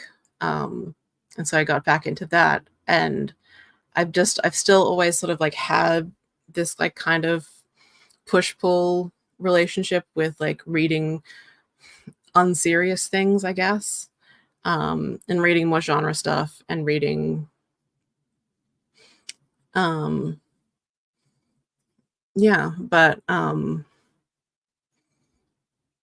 so like I was like reading more like sort of like junk food type things before I like started reading Ruby Dixon. But Ruby Dixon like really is what like put me in mind of like I should always have a place for this in my reading diet because that's what makes me feel fulfilled and balanced to also just like have some stuff that I can have a brain break with and it's totally fine to indulge and I don't have to be so serious. um 14's Bellany. um yeah, yeah, you gotta keep going. You gotta catch up. There's so many to read, and new ones are coming out periodically. I can't remember the exact one. I'll have a look in the next sprint. I mean, I have a shortcut. I have a bookmark of the Rubyverse reading order. So number 14 of Ice Planet Barbarians. Well, this is like kind of wrong because this is saying Barbarians Lady, but I believe that is 13 because it's counting Ice Planet Holiday as number 5. And I haven't read that because I don't care about the holiday stuff. But yeah, like after Barbarian's Lady is the point where like this reading order list like splits off and starts um, going into the other series timeline wise. Um,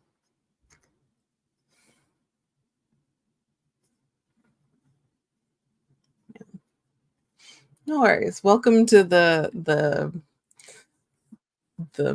blue alien trash club. It's fun. Yeah, there wasn't a lot of it. Mostly read things like Sweet Valley High as a young teen. Yeah, and I feel like as a teenager, I would have felt that like, okay, well, I can't read like Sweet Valley High. Like that's for kids. Like that's what like I was reading like in primary school, because like I very much had like the feeling of like as a. I feel like lots of kids felt this. I'm always surprised that like teenagers want to read YA, because like when I was growing up, I felt like it was very much like, well, you want to read about people who are older than you because you want to hurry and grow up. Um, yeah, learning what we really enjoy from reading is a whole journey. Absolutely. And yeah, it's just like it's been like a huge thing for me, like finding that like there's space for all sorts of reading in my reading diet, and that's what makes me feel best. Definitely read Barbarian's Lady, I'm almost certain. That's one that I don't like because I have a chip on my shoulder about it. It's Barbarian's Lady is the one with the tall lady. And I didn't like the way she talked about herself. I gotta go to sleep now. No worries. Thank you so much for hanging out. It's been really good to talk to you. And sleep tasty. Yeah, I don't like how she was written. Yeah, I just like she made such a big deal about like how like no man was ever interested in her because she was just like so huge, and also like she went to the gym, so she was just like so disgustingly tall and muscular and so like big, and like if I recall correctly, they give like specific heights and weights. Um, and as someone who is taller and heavier, I didn't enjoy that. And also, in my experience, it's not actually not I'm not lacking for male attention. They're not actually disgusted by a tall woman. And I especially don't think that there are a bunch of men who like that she would like never run into a man who would want to hook up with like a tall gym rat woman. It's wild.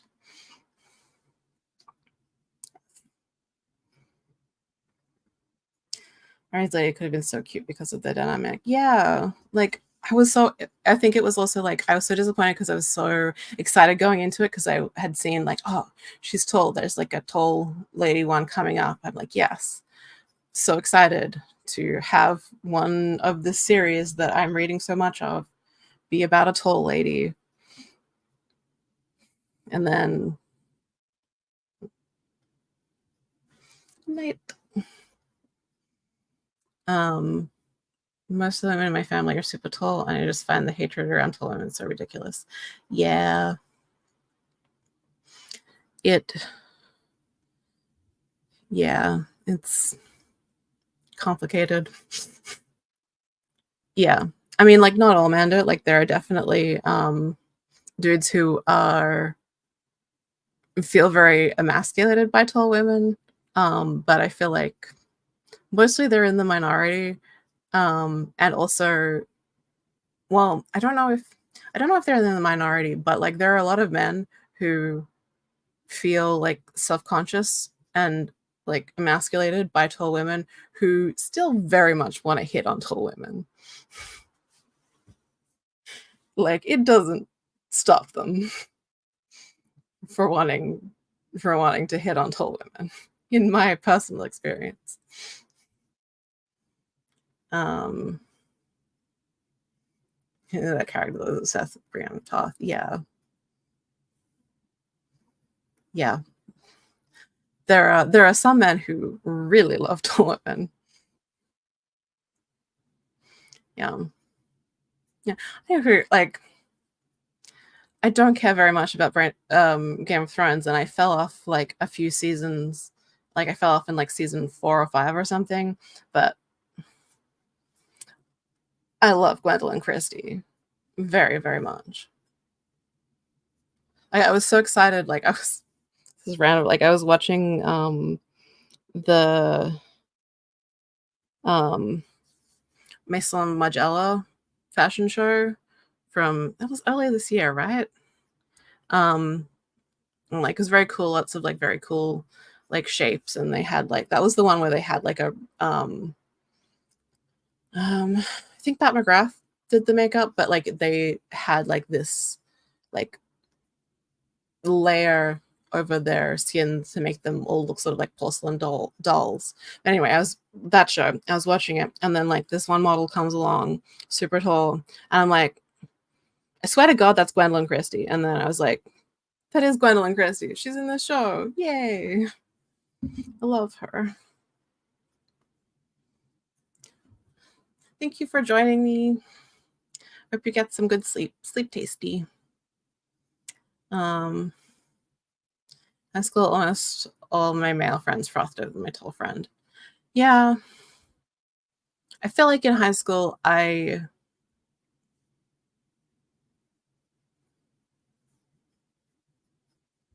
feel like I wasn't of interest to many of like the guys that went to my high school, but I was to like other people. But yeah, there are definitely some men who are very excited about a tall woman.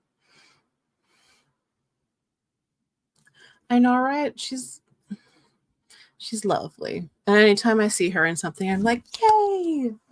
She's taller than me. That's very exciting. It's very exciting when a woman is taller than me.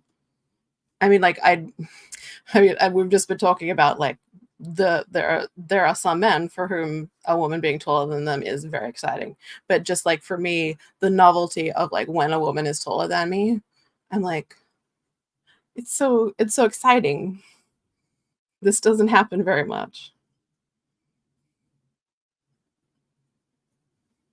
Tall and beautiful and successful package, absolutely.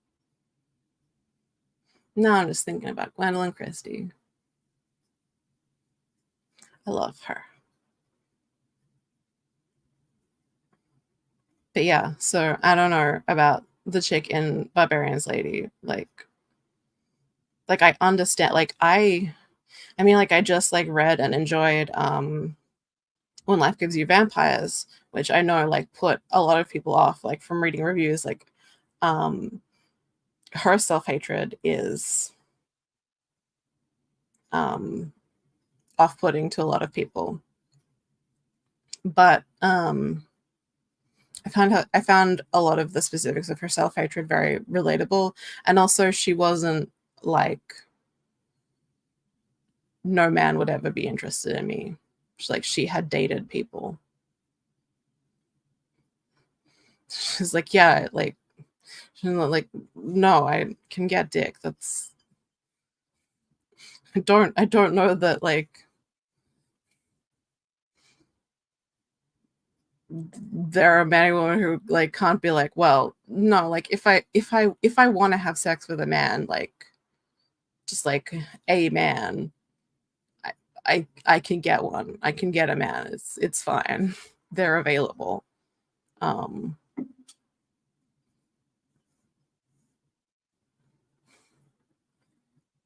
think I've only seen her in Game of Thrones, but I love her portrayal of Brienne. Yeah, she's lovely. She is. I've also seen her in the adaptation of the more recent adaptation of the Sandman comics. She plays Lucifer, and pretty hot in that role. Also, very much love her. Most of the cast killed it too. Too bad the writing was, yeah, I feel like it was very well acted, and the costume and set design was great. I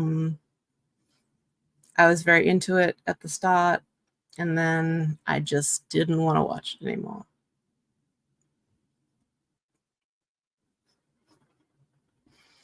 Oh yeah, I did see she was in that, but I didn't like Wednesday, so I only watched the first episode of that show because I thought it was bad.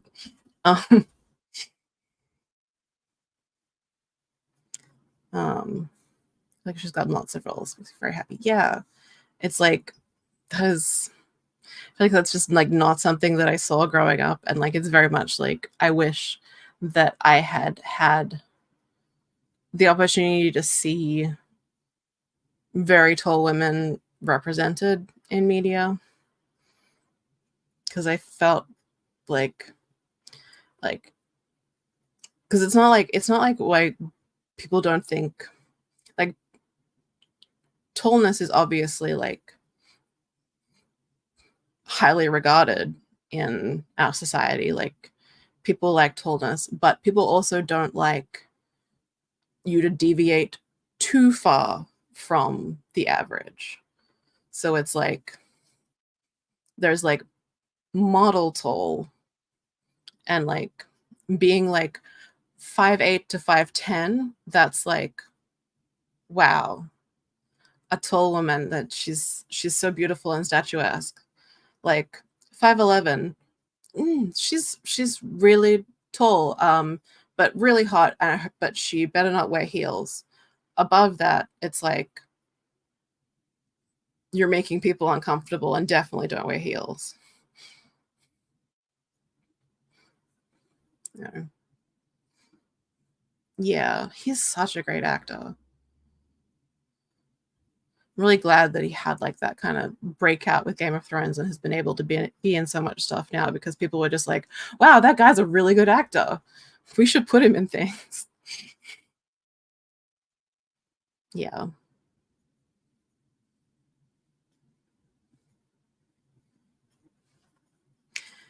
Yeah, I wouldn't be surprised. Like people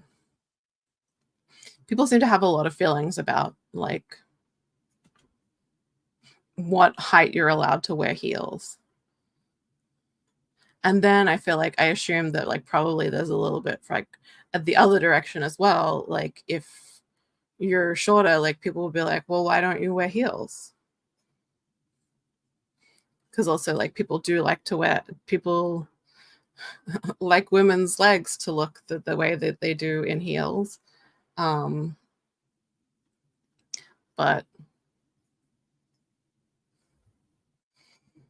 they don't want you to be taller, and they don't want there to be like, if you're already tall, they don't want an implication that you could be taller.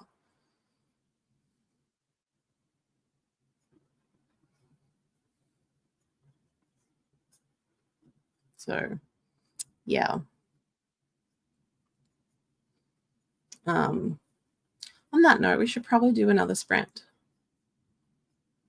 I sorry, like in the back of my mind, I was thinking like there was like a media property that like I had really wished that I'd had as a kid for like specific like representation of tall women, and like I remember what it was. It was Steven Universe.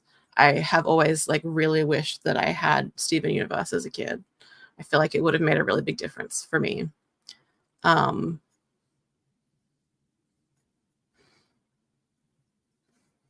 Because also like seeing a woman who is tall and plus size, she takes up so much space. Oh yeah, and like in particular, like Rose Quartz, like that she is tall and fat and femme is just like not something that I get to see. And I'm like,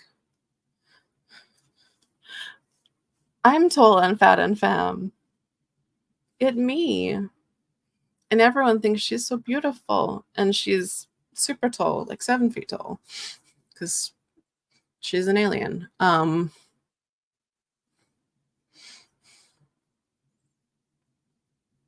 the jokes about Joe Jonas being shorter than Sophie Turner. Yeah. It's not great, but just shaming a man for being with a woman who's taller than him, just pushing the narrative. Yeah, I hate that. I hate whenever there is like the like comments. I feel like you see that with like celebrity like men whose partners are like either taller than them, or even if they're just like the same height, and they're like, oh, it's so massive. Or even if like she's just like close to his height. Also feel like the like, because like I think like Daniel Radcliffe's partner is either like about the same height or maybe slightly taller than him, like slightly taller than in heels. But of course, like that attracts a lot of attention from the TERFs and the transvestigators, who are convinced that like, oh, she must be a trans woman. Because Daniel Radcliffe says it's okay for people to be trans. So I'm going to point out that his partner is tall. Well, not, I don't know. I don't even think that she's tall. She's just like, he's just kind of shorter. And just like anytime someone like makes a big deal about that and just like, you know, your short male and tall female friends can see this shit that you're saying. It's the same as like, I don't really like whenever like people want to like, I don't know, make fun of like Trump for being fat. It's like, there's so much stuff that you can critique Trump about. You don't have to critique the fact that he's fat. Like, your fat friends can see this. Yeah, it sucks. Yeah, they did. I'm always like super happy when I see like a celebrity couple where like the woman is taller or they're like of a similar height. Just like any kind of representation of that. I'm like, yes. Yes, it's totally normal for this, like, it's just normal human height variation, and it doesn't all have to be like small lady, tall dude, and like everyone should just like stay a certain distant, like every woman, I mean, like everyone should be heterosexual, and then every woman should be like a certain distance lower than the man. And that's how you be an attractive couple. I'm sure you would love Steven Universe. How have you not watched Steven Universe?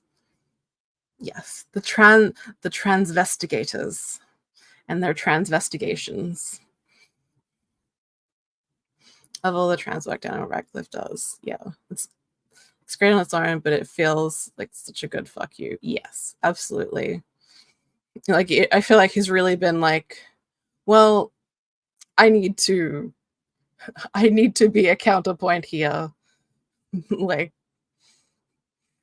we need to do something here. Dated dudes shorter than me. Literally could never understand why people care. Yeah, I'm just like, yeah, there's just people are different heights and sometimes they date each other. It's fine. Adrian's shorter than me. Like most of the men that I have dated have been shorter than me. Just because most men are shorter than me. Just statistically. Right, like with everything that man says and does, you comment on his weight. I know, it's like there's so much to yell about how much he sucks. Why would you go with weight? Why? And it's just like, I don't understand.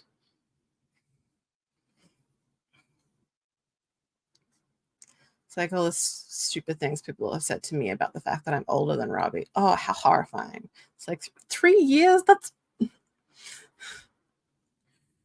You're in your 30s. 3 years is not, like, I feel like the age difference becomes like less and less significant like the older a couple gets, I feel like. So like when you're like 14 or like and dating someone 3 years older, like a 3-year age gap when you're teenagers is like, wow, this is so huge. But I feel like a 3-year age gap isn't even anything when you're like in your 20s. Like that's not anything. And like certainly by the time you're in your 30s, it's like, no, that's just being the same age. It's like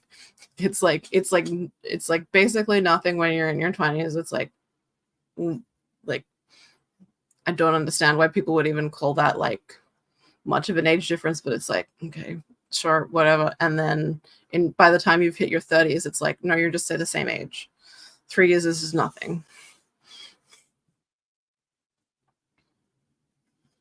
Ridiculous. So you're 24 and 21 when we met. Yeah. So like that's always been fine, but like, yeah, that's so dumb. Like, purely from the perspective of like being in my 30s, I'm like a 24-year-old and a 21-year-old are the same age. It's just they're just the same age.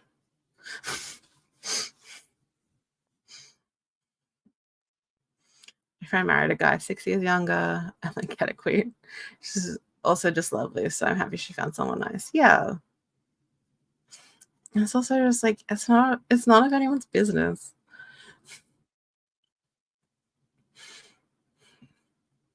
I don't really ever understand pearl clutching about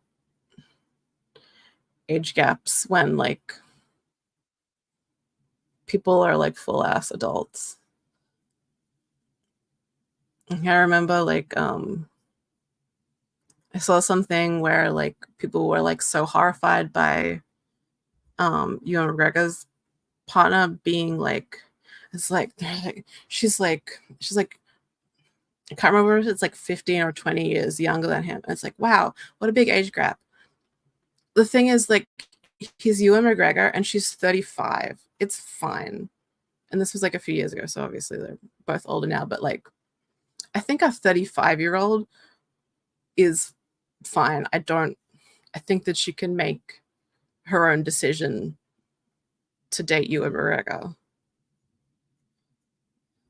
As a 36-year-old woman, I would date Ewan McGregor. When I was a teenager, I thought that I would like to date Ewan McGregor. So, but it's just like, yeah. My dad was 6 years younger than my mom. Just doesn't even matter. Yeah, that's like, again, it just like feels like it's kind of just the same age. And like, why does it matter whether it like who in the relationship is the older one? Like, I'm 6 years younger than Adrian. No one has ever commented about like that, like we have a significant age gap. But I would imagine if I was 6 years older than him, they would. Yeah. Yeah. Yeah, exactly. It's like I had seen some stuff like at the time where like people were like implying that like, oh, like talking about her in like a way that like, oh, she can't make her own decisions. She's been like this young impressionable woman has been like swept away. And it's like, she's in her 30s. She's like, I want everyone in their 30s to feel empowered to date Ewan McGregor. We should all feel empowered to date Ewan McGregor if we want to.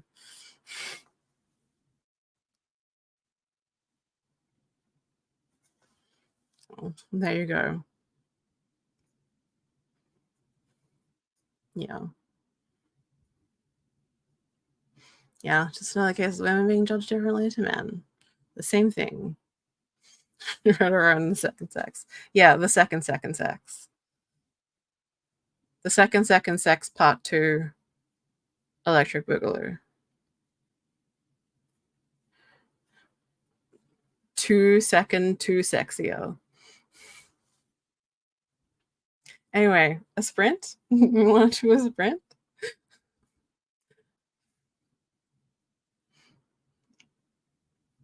Sorry, I'm just still thinking about too sexier.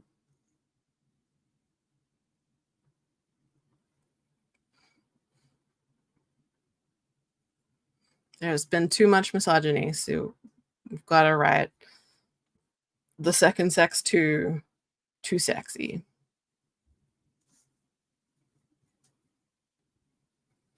Gotta go down my little circle. All right. So are we good with an hour? What is the time? 5. Right. Yeah. I got to get out and do some mowing. So next time you see me, I'll probably be very red and sweaty. So that'll be fun. All right. Talk to you soon.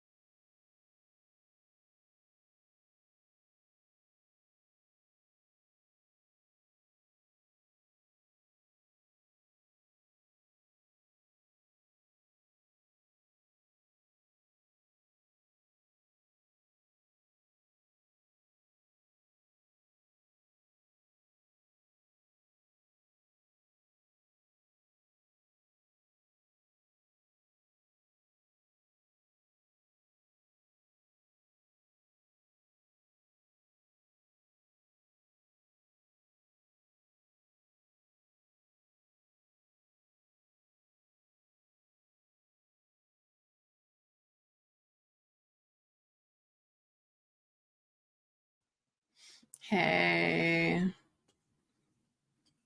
how did everyone go? I'm a little bit dead. Just a tiny bit dead. But I look great though.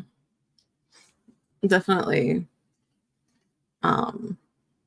red, sweaty, and covered in grass clippings. It's a good look.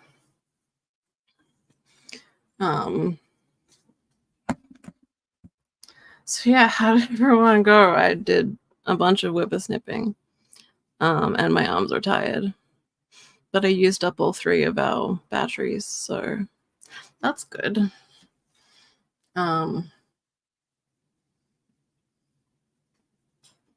Hooray.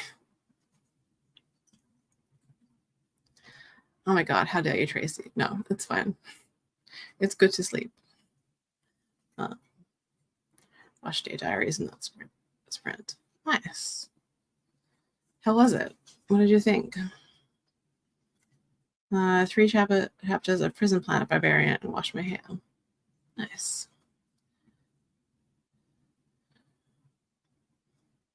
I'm just remembering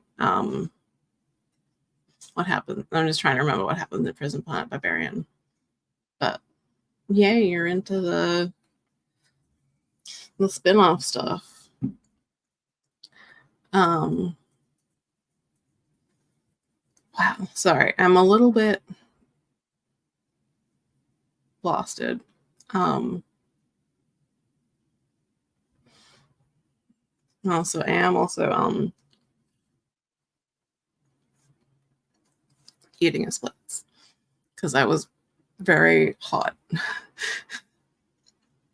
But yeah, I realized while I was out mowing that I washed my hair last night because I was thinking like, oh, it would be good for it to be clean for sprints. And now I'm like, great, I have sweated so badly into it. So that's good. Welcome back. I guess it's fine that you keep leaving. Okay, very short. As friend would say, sleep is good. Absolutely. Sleep is good. So I really enjoyed Wash Day Diaries. I feel like I should get to it sometime. Sorry. Also, I don't know why I'm like extra titsy. Like they didn't get bigger. I read like 16 of Ice Planet, so I've had to double back. That's fine. Actually, like when I first was reading through, I hadn't seen the whole like read order, and I read like all the way through Ice Planet and then most of the way through Ice Home before I started reading some of the others. So I don't think it will do any harm to double back. A bit too short. Okay. It was a slice of life thing, but I prefer something longer. That's fair. Club of each bestie would be good. I feel like I should check it because I like slice of life. Like I like slice of life manga, so I feel like slice of life graphic novel be good.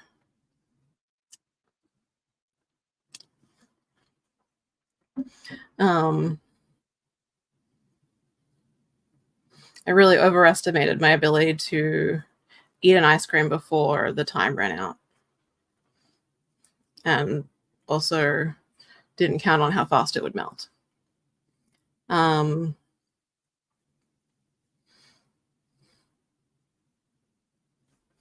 just gonna yeah. So don't perceive me, and I should mute while I.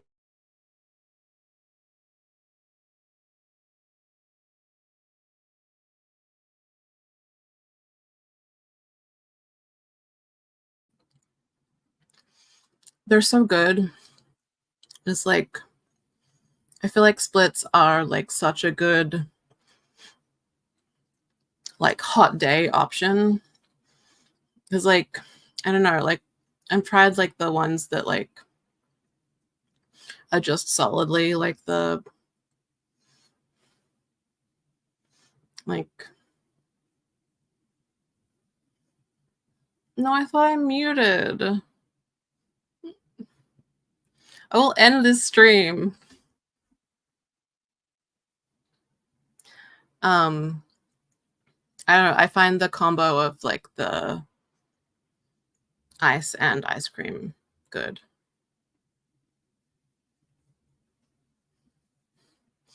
Scared me.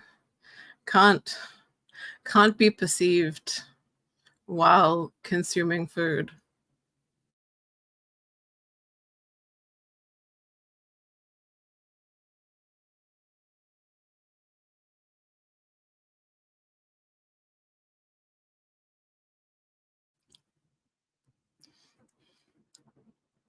They're so good.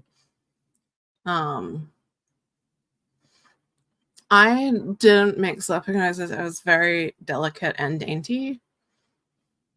Just incredibly delicate and dainty.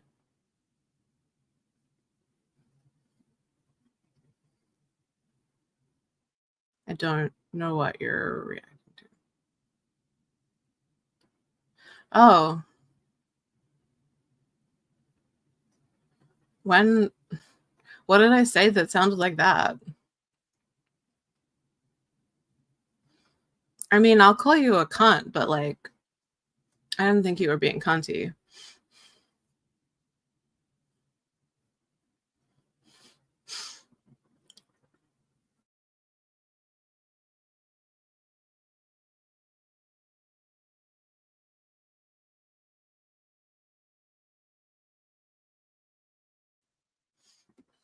I ate it.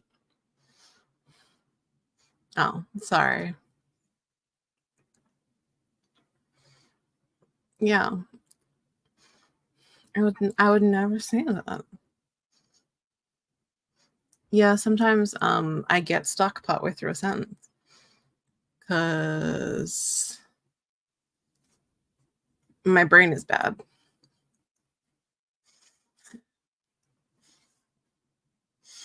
Fucking cunt.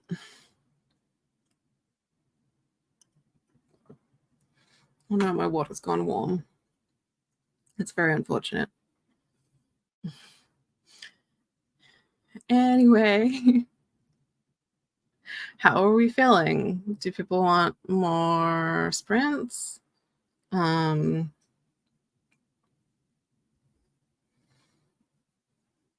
a little bit dead, mildly dead.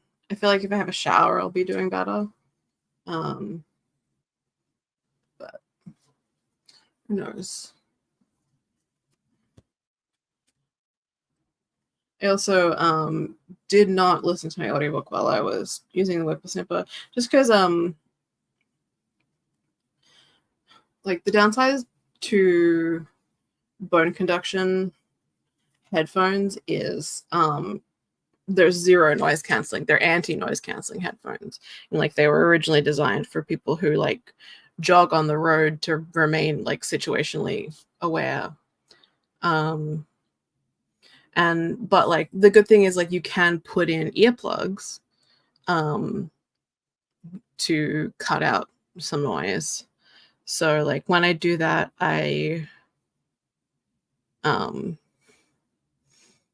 basically just the sound as clear as whatever when I plug my ears.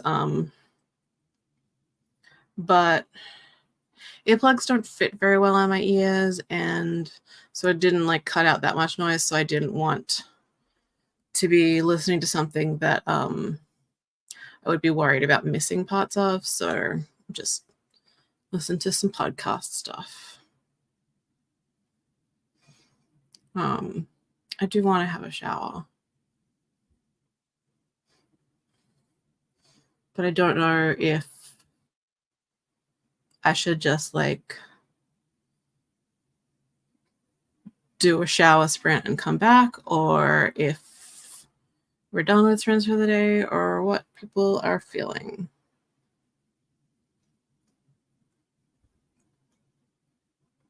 Love a super duper. Not as good as the splits though. Good deal. Okay. I love a cornetto. But yeah. See, the splits is perfect. It's like that perfect combination of like the icy thing and like the creamy ice cream. So like it like has like the richness of the ice cream, but it still is like that lovely refreshing thing. I'm not I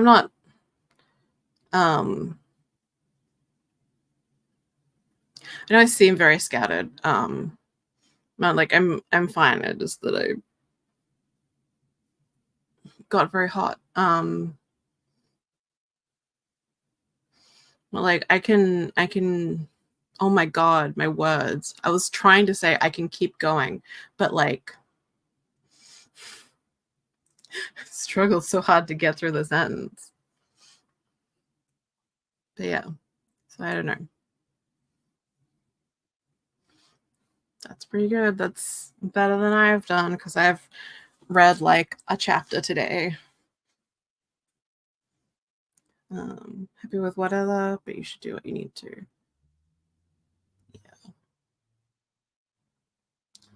Yeah. Split. Yeah. Sorry. There probably is someone who makes some kind of sugar-free variant. Although I don't know how sugar alcohol freezes. And I know like most sugar-free like lollies and things are made with sugar alcohol. Because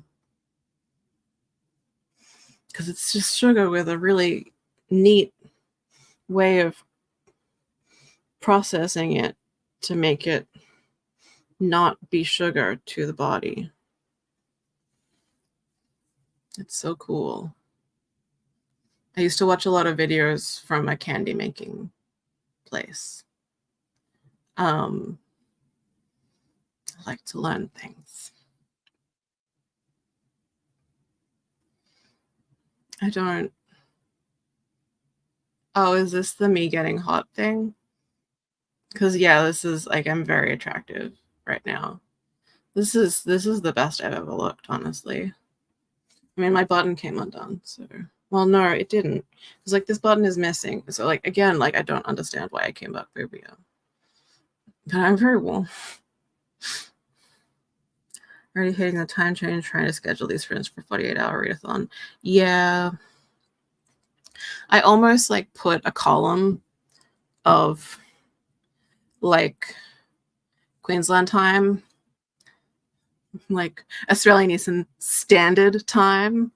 But I was like, well, I feel like to be fair, I should also put like South Australian time, and it's going to get really granular, and then it's just going to take up a lot of room because I'm just going to have so many things. And originally I didn't even have the US Eastern Daylight Time because I was like, look, they can have one time zone and they'll work it out themselves.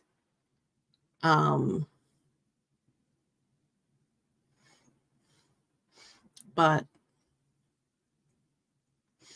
then I was like, oh, well, I don't know the column, but like I always feel like if I cater to the West and East Coasts, it feels shitty to leave out Central Time. And then I always feel like, I don't know, I feel sorry for Hawaii time and also the like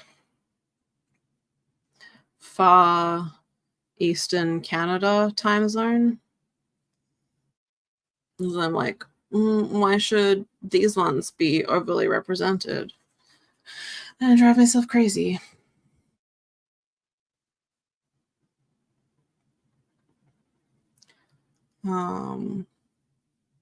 Yeah. Sure, alcohols will do it. Good. Although they're not good for anyone in too great a quantity. Because, like, the reason they're good for sugar-free stuff is because our bodies don't digest and process them properly. But if you put a lot of stuff that your body just passes straight through you in your body, then a lot of stuff is just coming straight through you. 11 a.m. out time, which should be 2 hours after Cats and Meredith sprints. Cool. Yeah. Yeah, that's right. Yeah. I'm such a kind and caring humanitarian, and that's why I put Australian Eastern Daylight Time. Also, like, there was part of me that was like, well,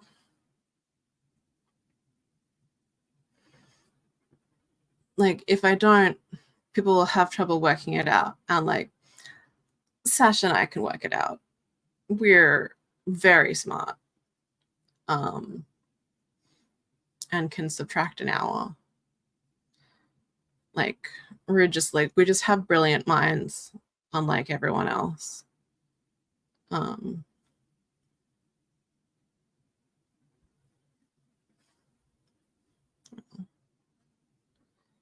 Yeah. But also, like, I like my justification that, like, we don't need it because we're just smarter and more adaptable.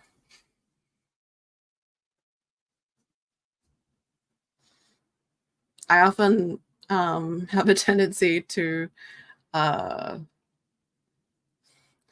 self-sacrifice and then convince myself that, like, well, it's because I can. I'm just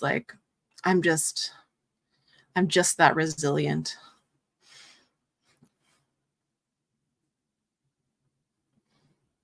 Yeah.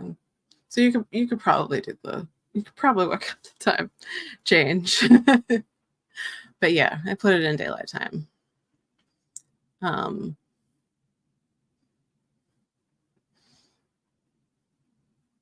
And I double checked all of the, like, additional time zones that I put on the thing. I double checked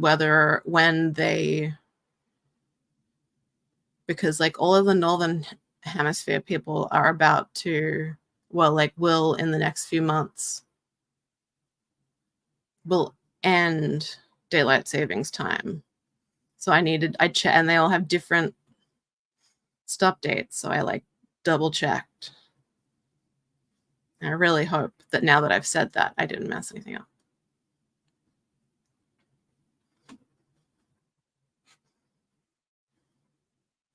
Yeah. I feel like I do have a lot of sisters. Remember having to always make the adjustment when we had Ozstar when I was a kid. So used to it here, I forget that it's not a thing elsewhere. Yeah.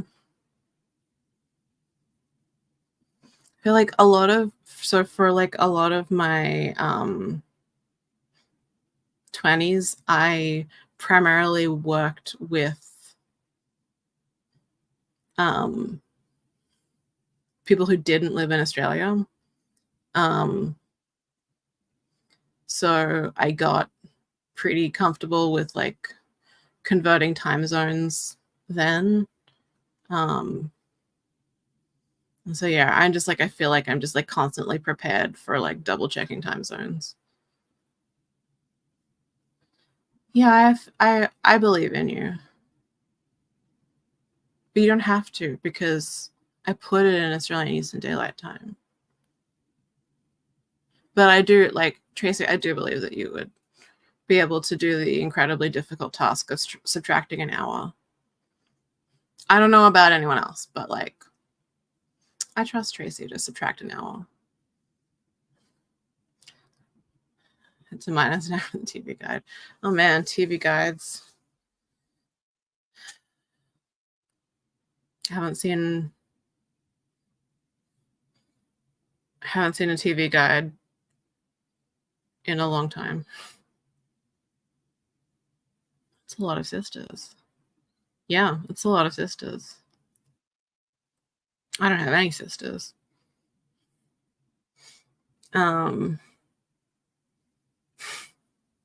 One was enough. One older and 3 younger. Wow.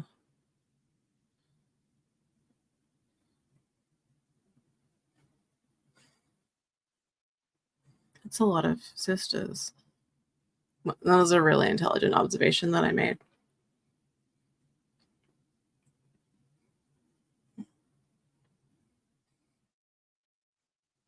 I am both an only child and a younger sibling.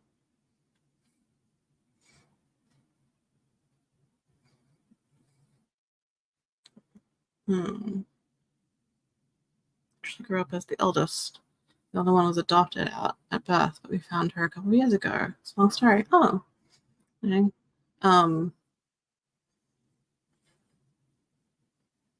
That's cool that you connected. The third of 4. One of the babies. Oh. I know her. Like, we're unlocking all of the Tracy backstory. Grew up in Sydney.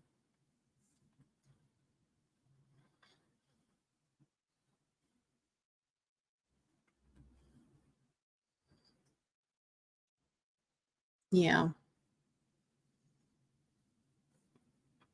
I don't know. I was really glad when I, like, was able to connect with my brother. At least, like, in particular, like, I was really glad for my dad because he thought that he would never be able to have contact with him.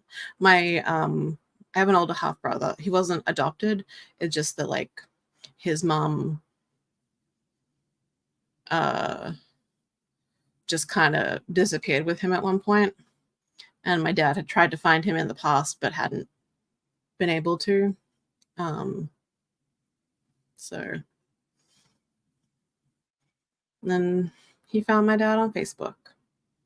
So I have an older brother, but I also, like, functionally I'm an only child because I grew up as an only child.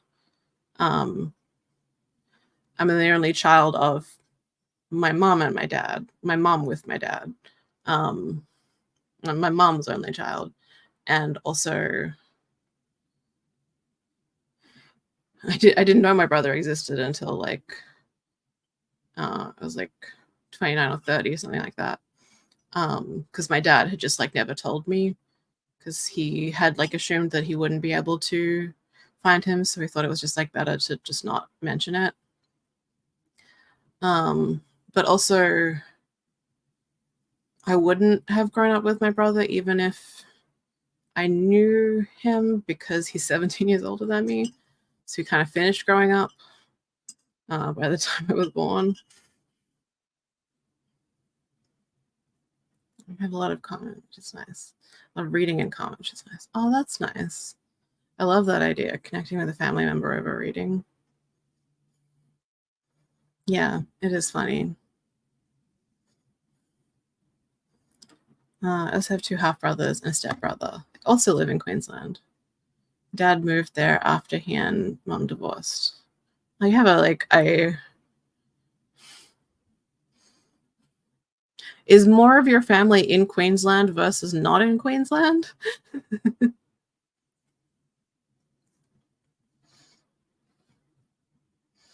Only my parents are in Queensland. The rest of the family is not. So I go the opposite way.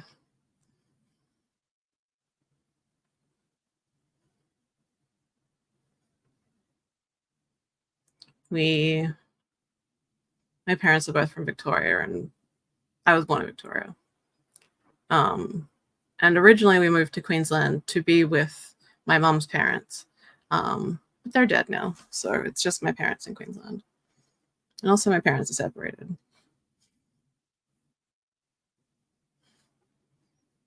Just me and one sister. Wow. Well, it sounds like Queensland's the place to be. Maybe you should move to Queensland. Grew up with my half brothers, so my family didn't feel blended. Yeah. It's cool. Yeah, I don't really know what it is like to have siblings. Because, like, while I do, like, technically have a sibling, obviously it's very different. He's just like, he's just a middle-aged man.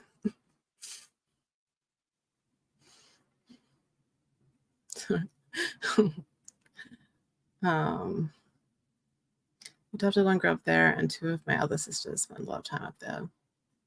I mean, it's nice. It's nice. I mean, it's also horribly hot. I'm cooling down considerably, but like it was like getting dark by the time I came in, and it was still very hot. And it's only October.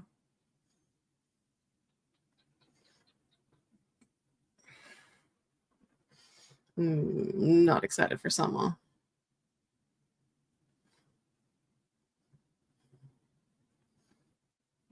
Though I do think I prefer to be hot than cold.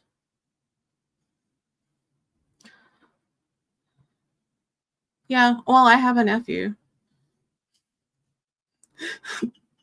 The full adult man who is my older brother has a son, and I've met him a few times. He also has ADHD, and so does my brother.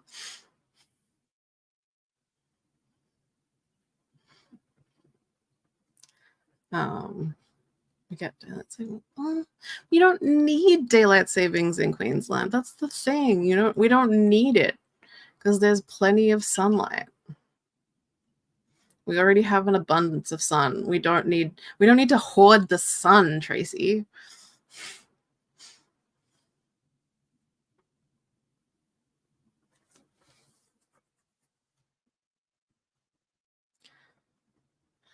When he's getting diagnoses started me looking into it myself. Yeah, I hear that happens for people a lot. Like I've heard in like particular a lot of parents getting diagnosed and with ADHD or autism, and like through their child being diagnosed, there's like, oh,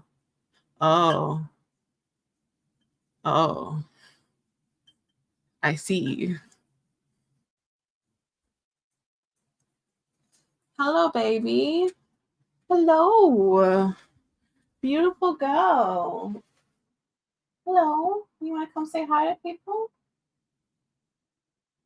You want to come here? Yeah. Beautiful girl. You're so pretty. Will you let me pick you up? Or is that too horrible?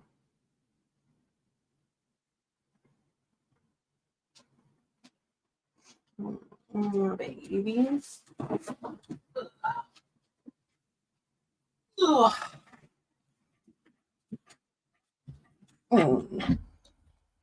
Beautiful girl. Queen Libby. Yeah. Everyone must admire her. She's so pretty. Yeah. You seem sleepy. She must have been napping somewhere. She came out with me when I started mowing and whippersnipping, but like really quickly. Like she was out there for like 5 or 10 minutes. And then she's like, you need to stop what you're doing and let me back inside because I'm too hot. And I did because she's the princess. What are you doing? Don't climb on my desk. Hey. Ow, ow.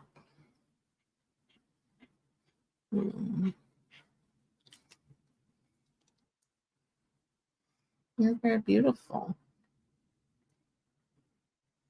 You have anything to say to your adoring fans?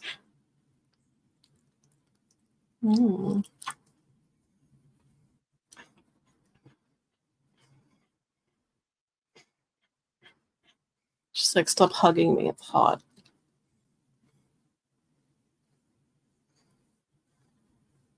Yeah, you want to get down? Where are you going? There you go. Hey. So I take you for a walk when it's a little bit cooler, okay? You're gonna be fine.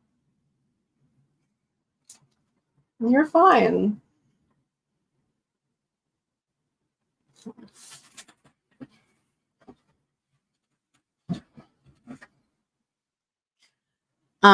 Everyone is boring to Libby.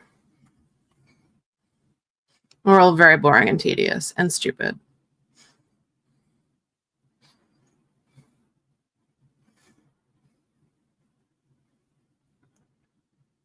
Well,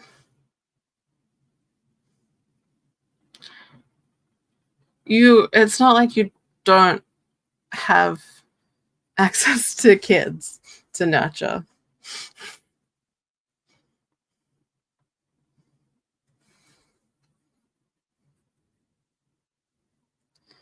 Non-contact with.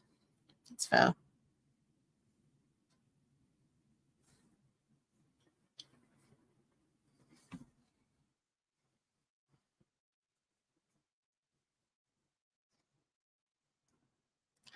Two of mine are adults now, and the next one is close to adulthood now, so I don't really see them. Also non-contact with my sibs.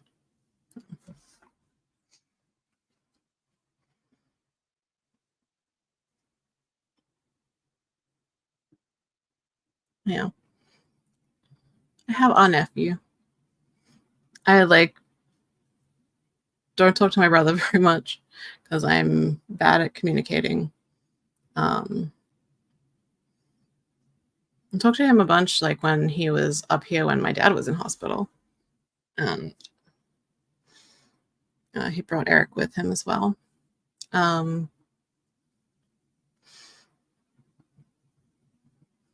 Would say like some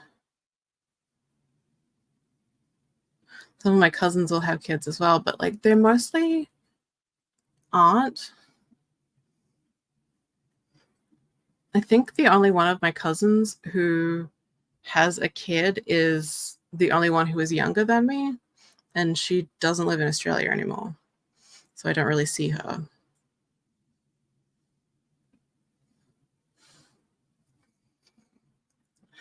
Two of mine are adults now, and right, I already read. My brain is bad. The brain is bad. I need to have a shower. Do we want to do another sprint, or do we want to just like close it off? Because yeah, I feel bad that I didn't like give notice of like the previous sprint being the last sprint or anything. And I'll probably feel a lot better after I've had a shower, but I don't know. I just know that I do need to shower and ungrossify. Probably also eat something besides an ice cream. I'm realizing now I didn't eat lunch.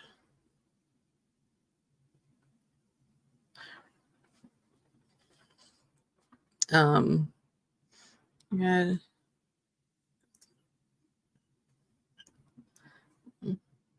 Eating is good. It's important, I hear. I frequently heard that eating is good. And that one should eat something besides an ice cream. But eating an ice cream is also very good. Highly recommend. 10 out of 10. Yeah, I think I'm going to end the stream because I'm talking a lot of nonsense. And my brain is just like not functioning very well. So I think I need to have a shower and eat some food. Probably in that order, but who knows? Who can say? And also check on Adrian. I haven't checked on Adrian in a while. He's probably fine. He sleeps when he naps hard, and he's sick, so that requires hard napping. All right. Yes, I will. I'm disappointed that all the ice melted in my drink and it got warm like so quickly. So yeah, I'm gonna get some more ice and like have a good like refill this whole thing and have a good big drink. All right. So thank you so much for being here. I always really appreciate hanging out, reading and doing stuff, talking about absolute nonsense. Like, I'm glad that we had an Ice Planet Barbarians diversion. That was fun. But yeah. Anyway. Sleep tasty, everyone. I'll talk to you again soon. And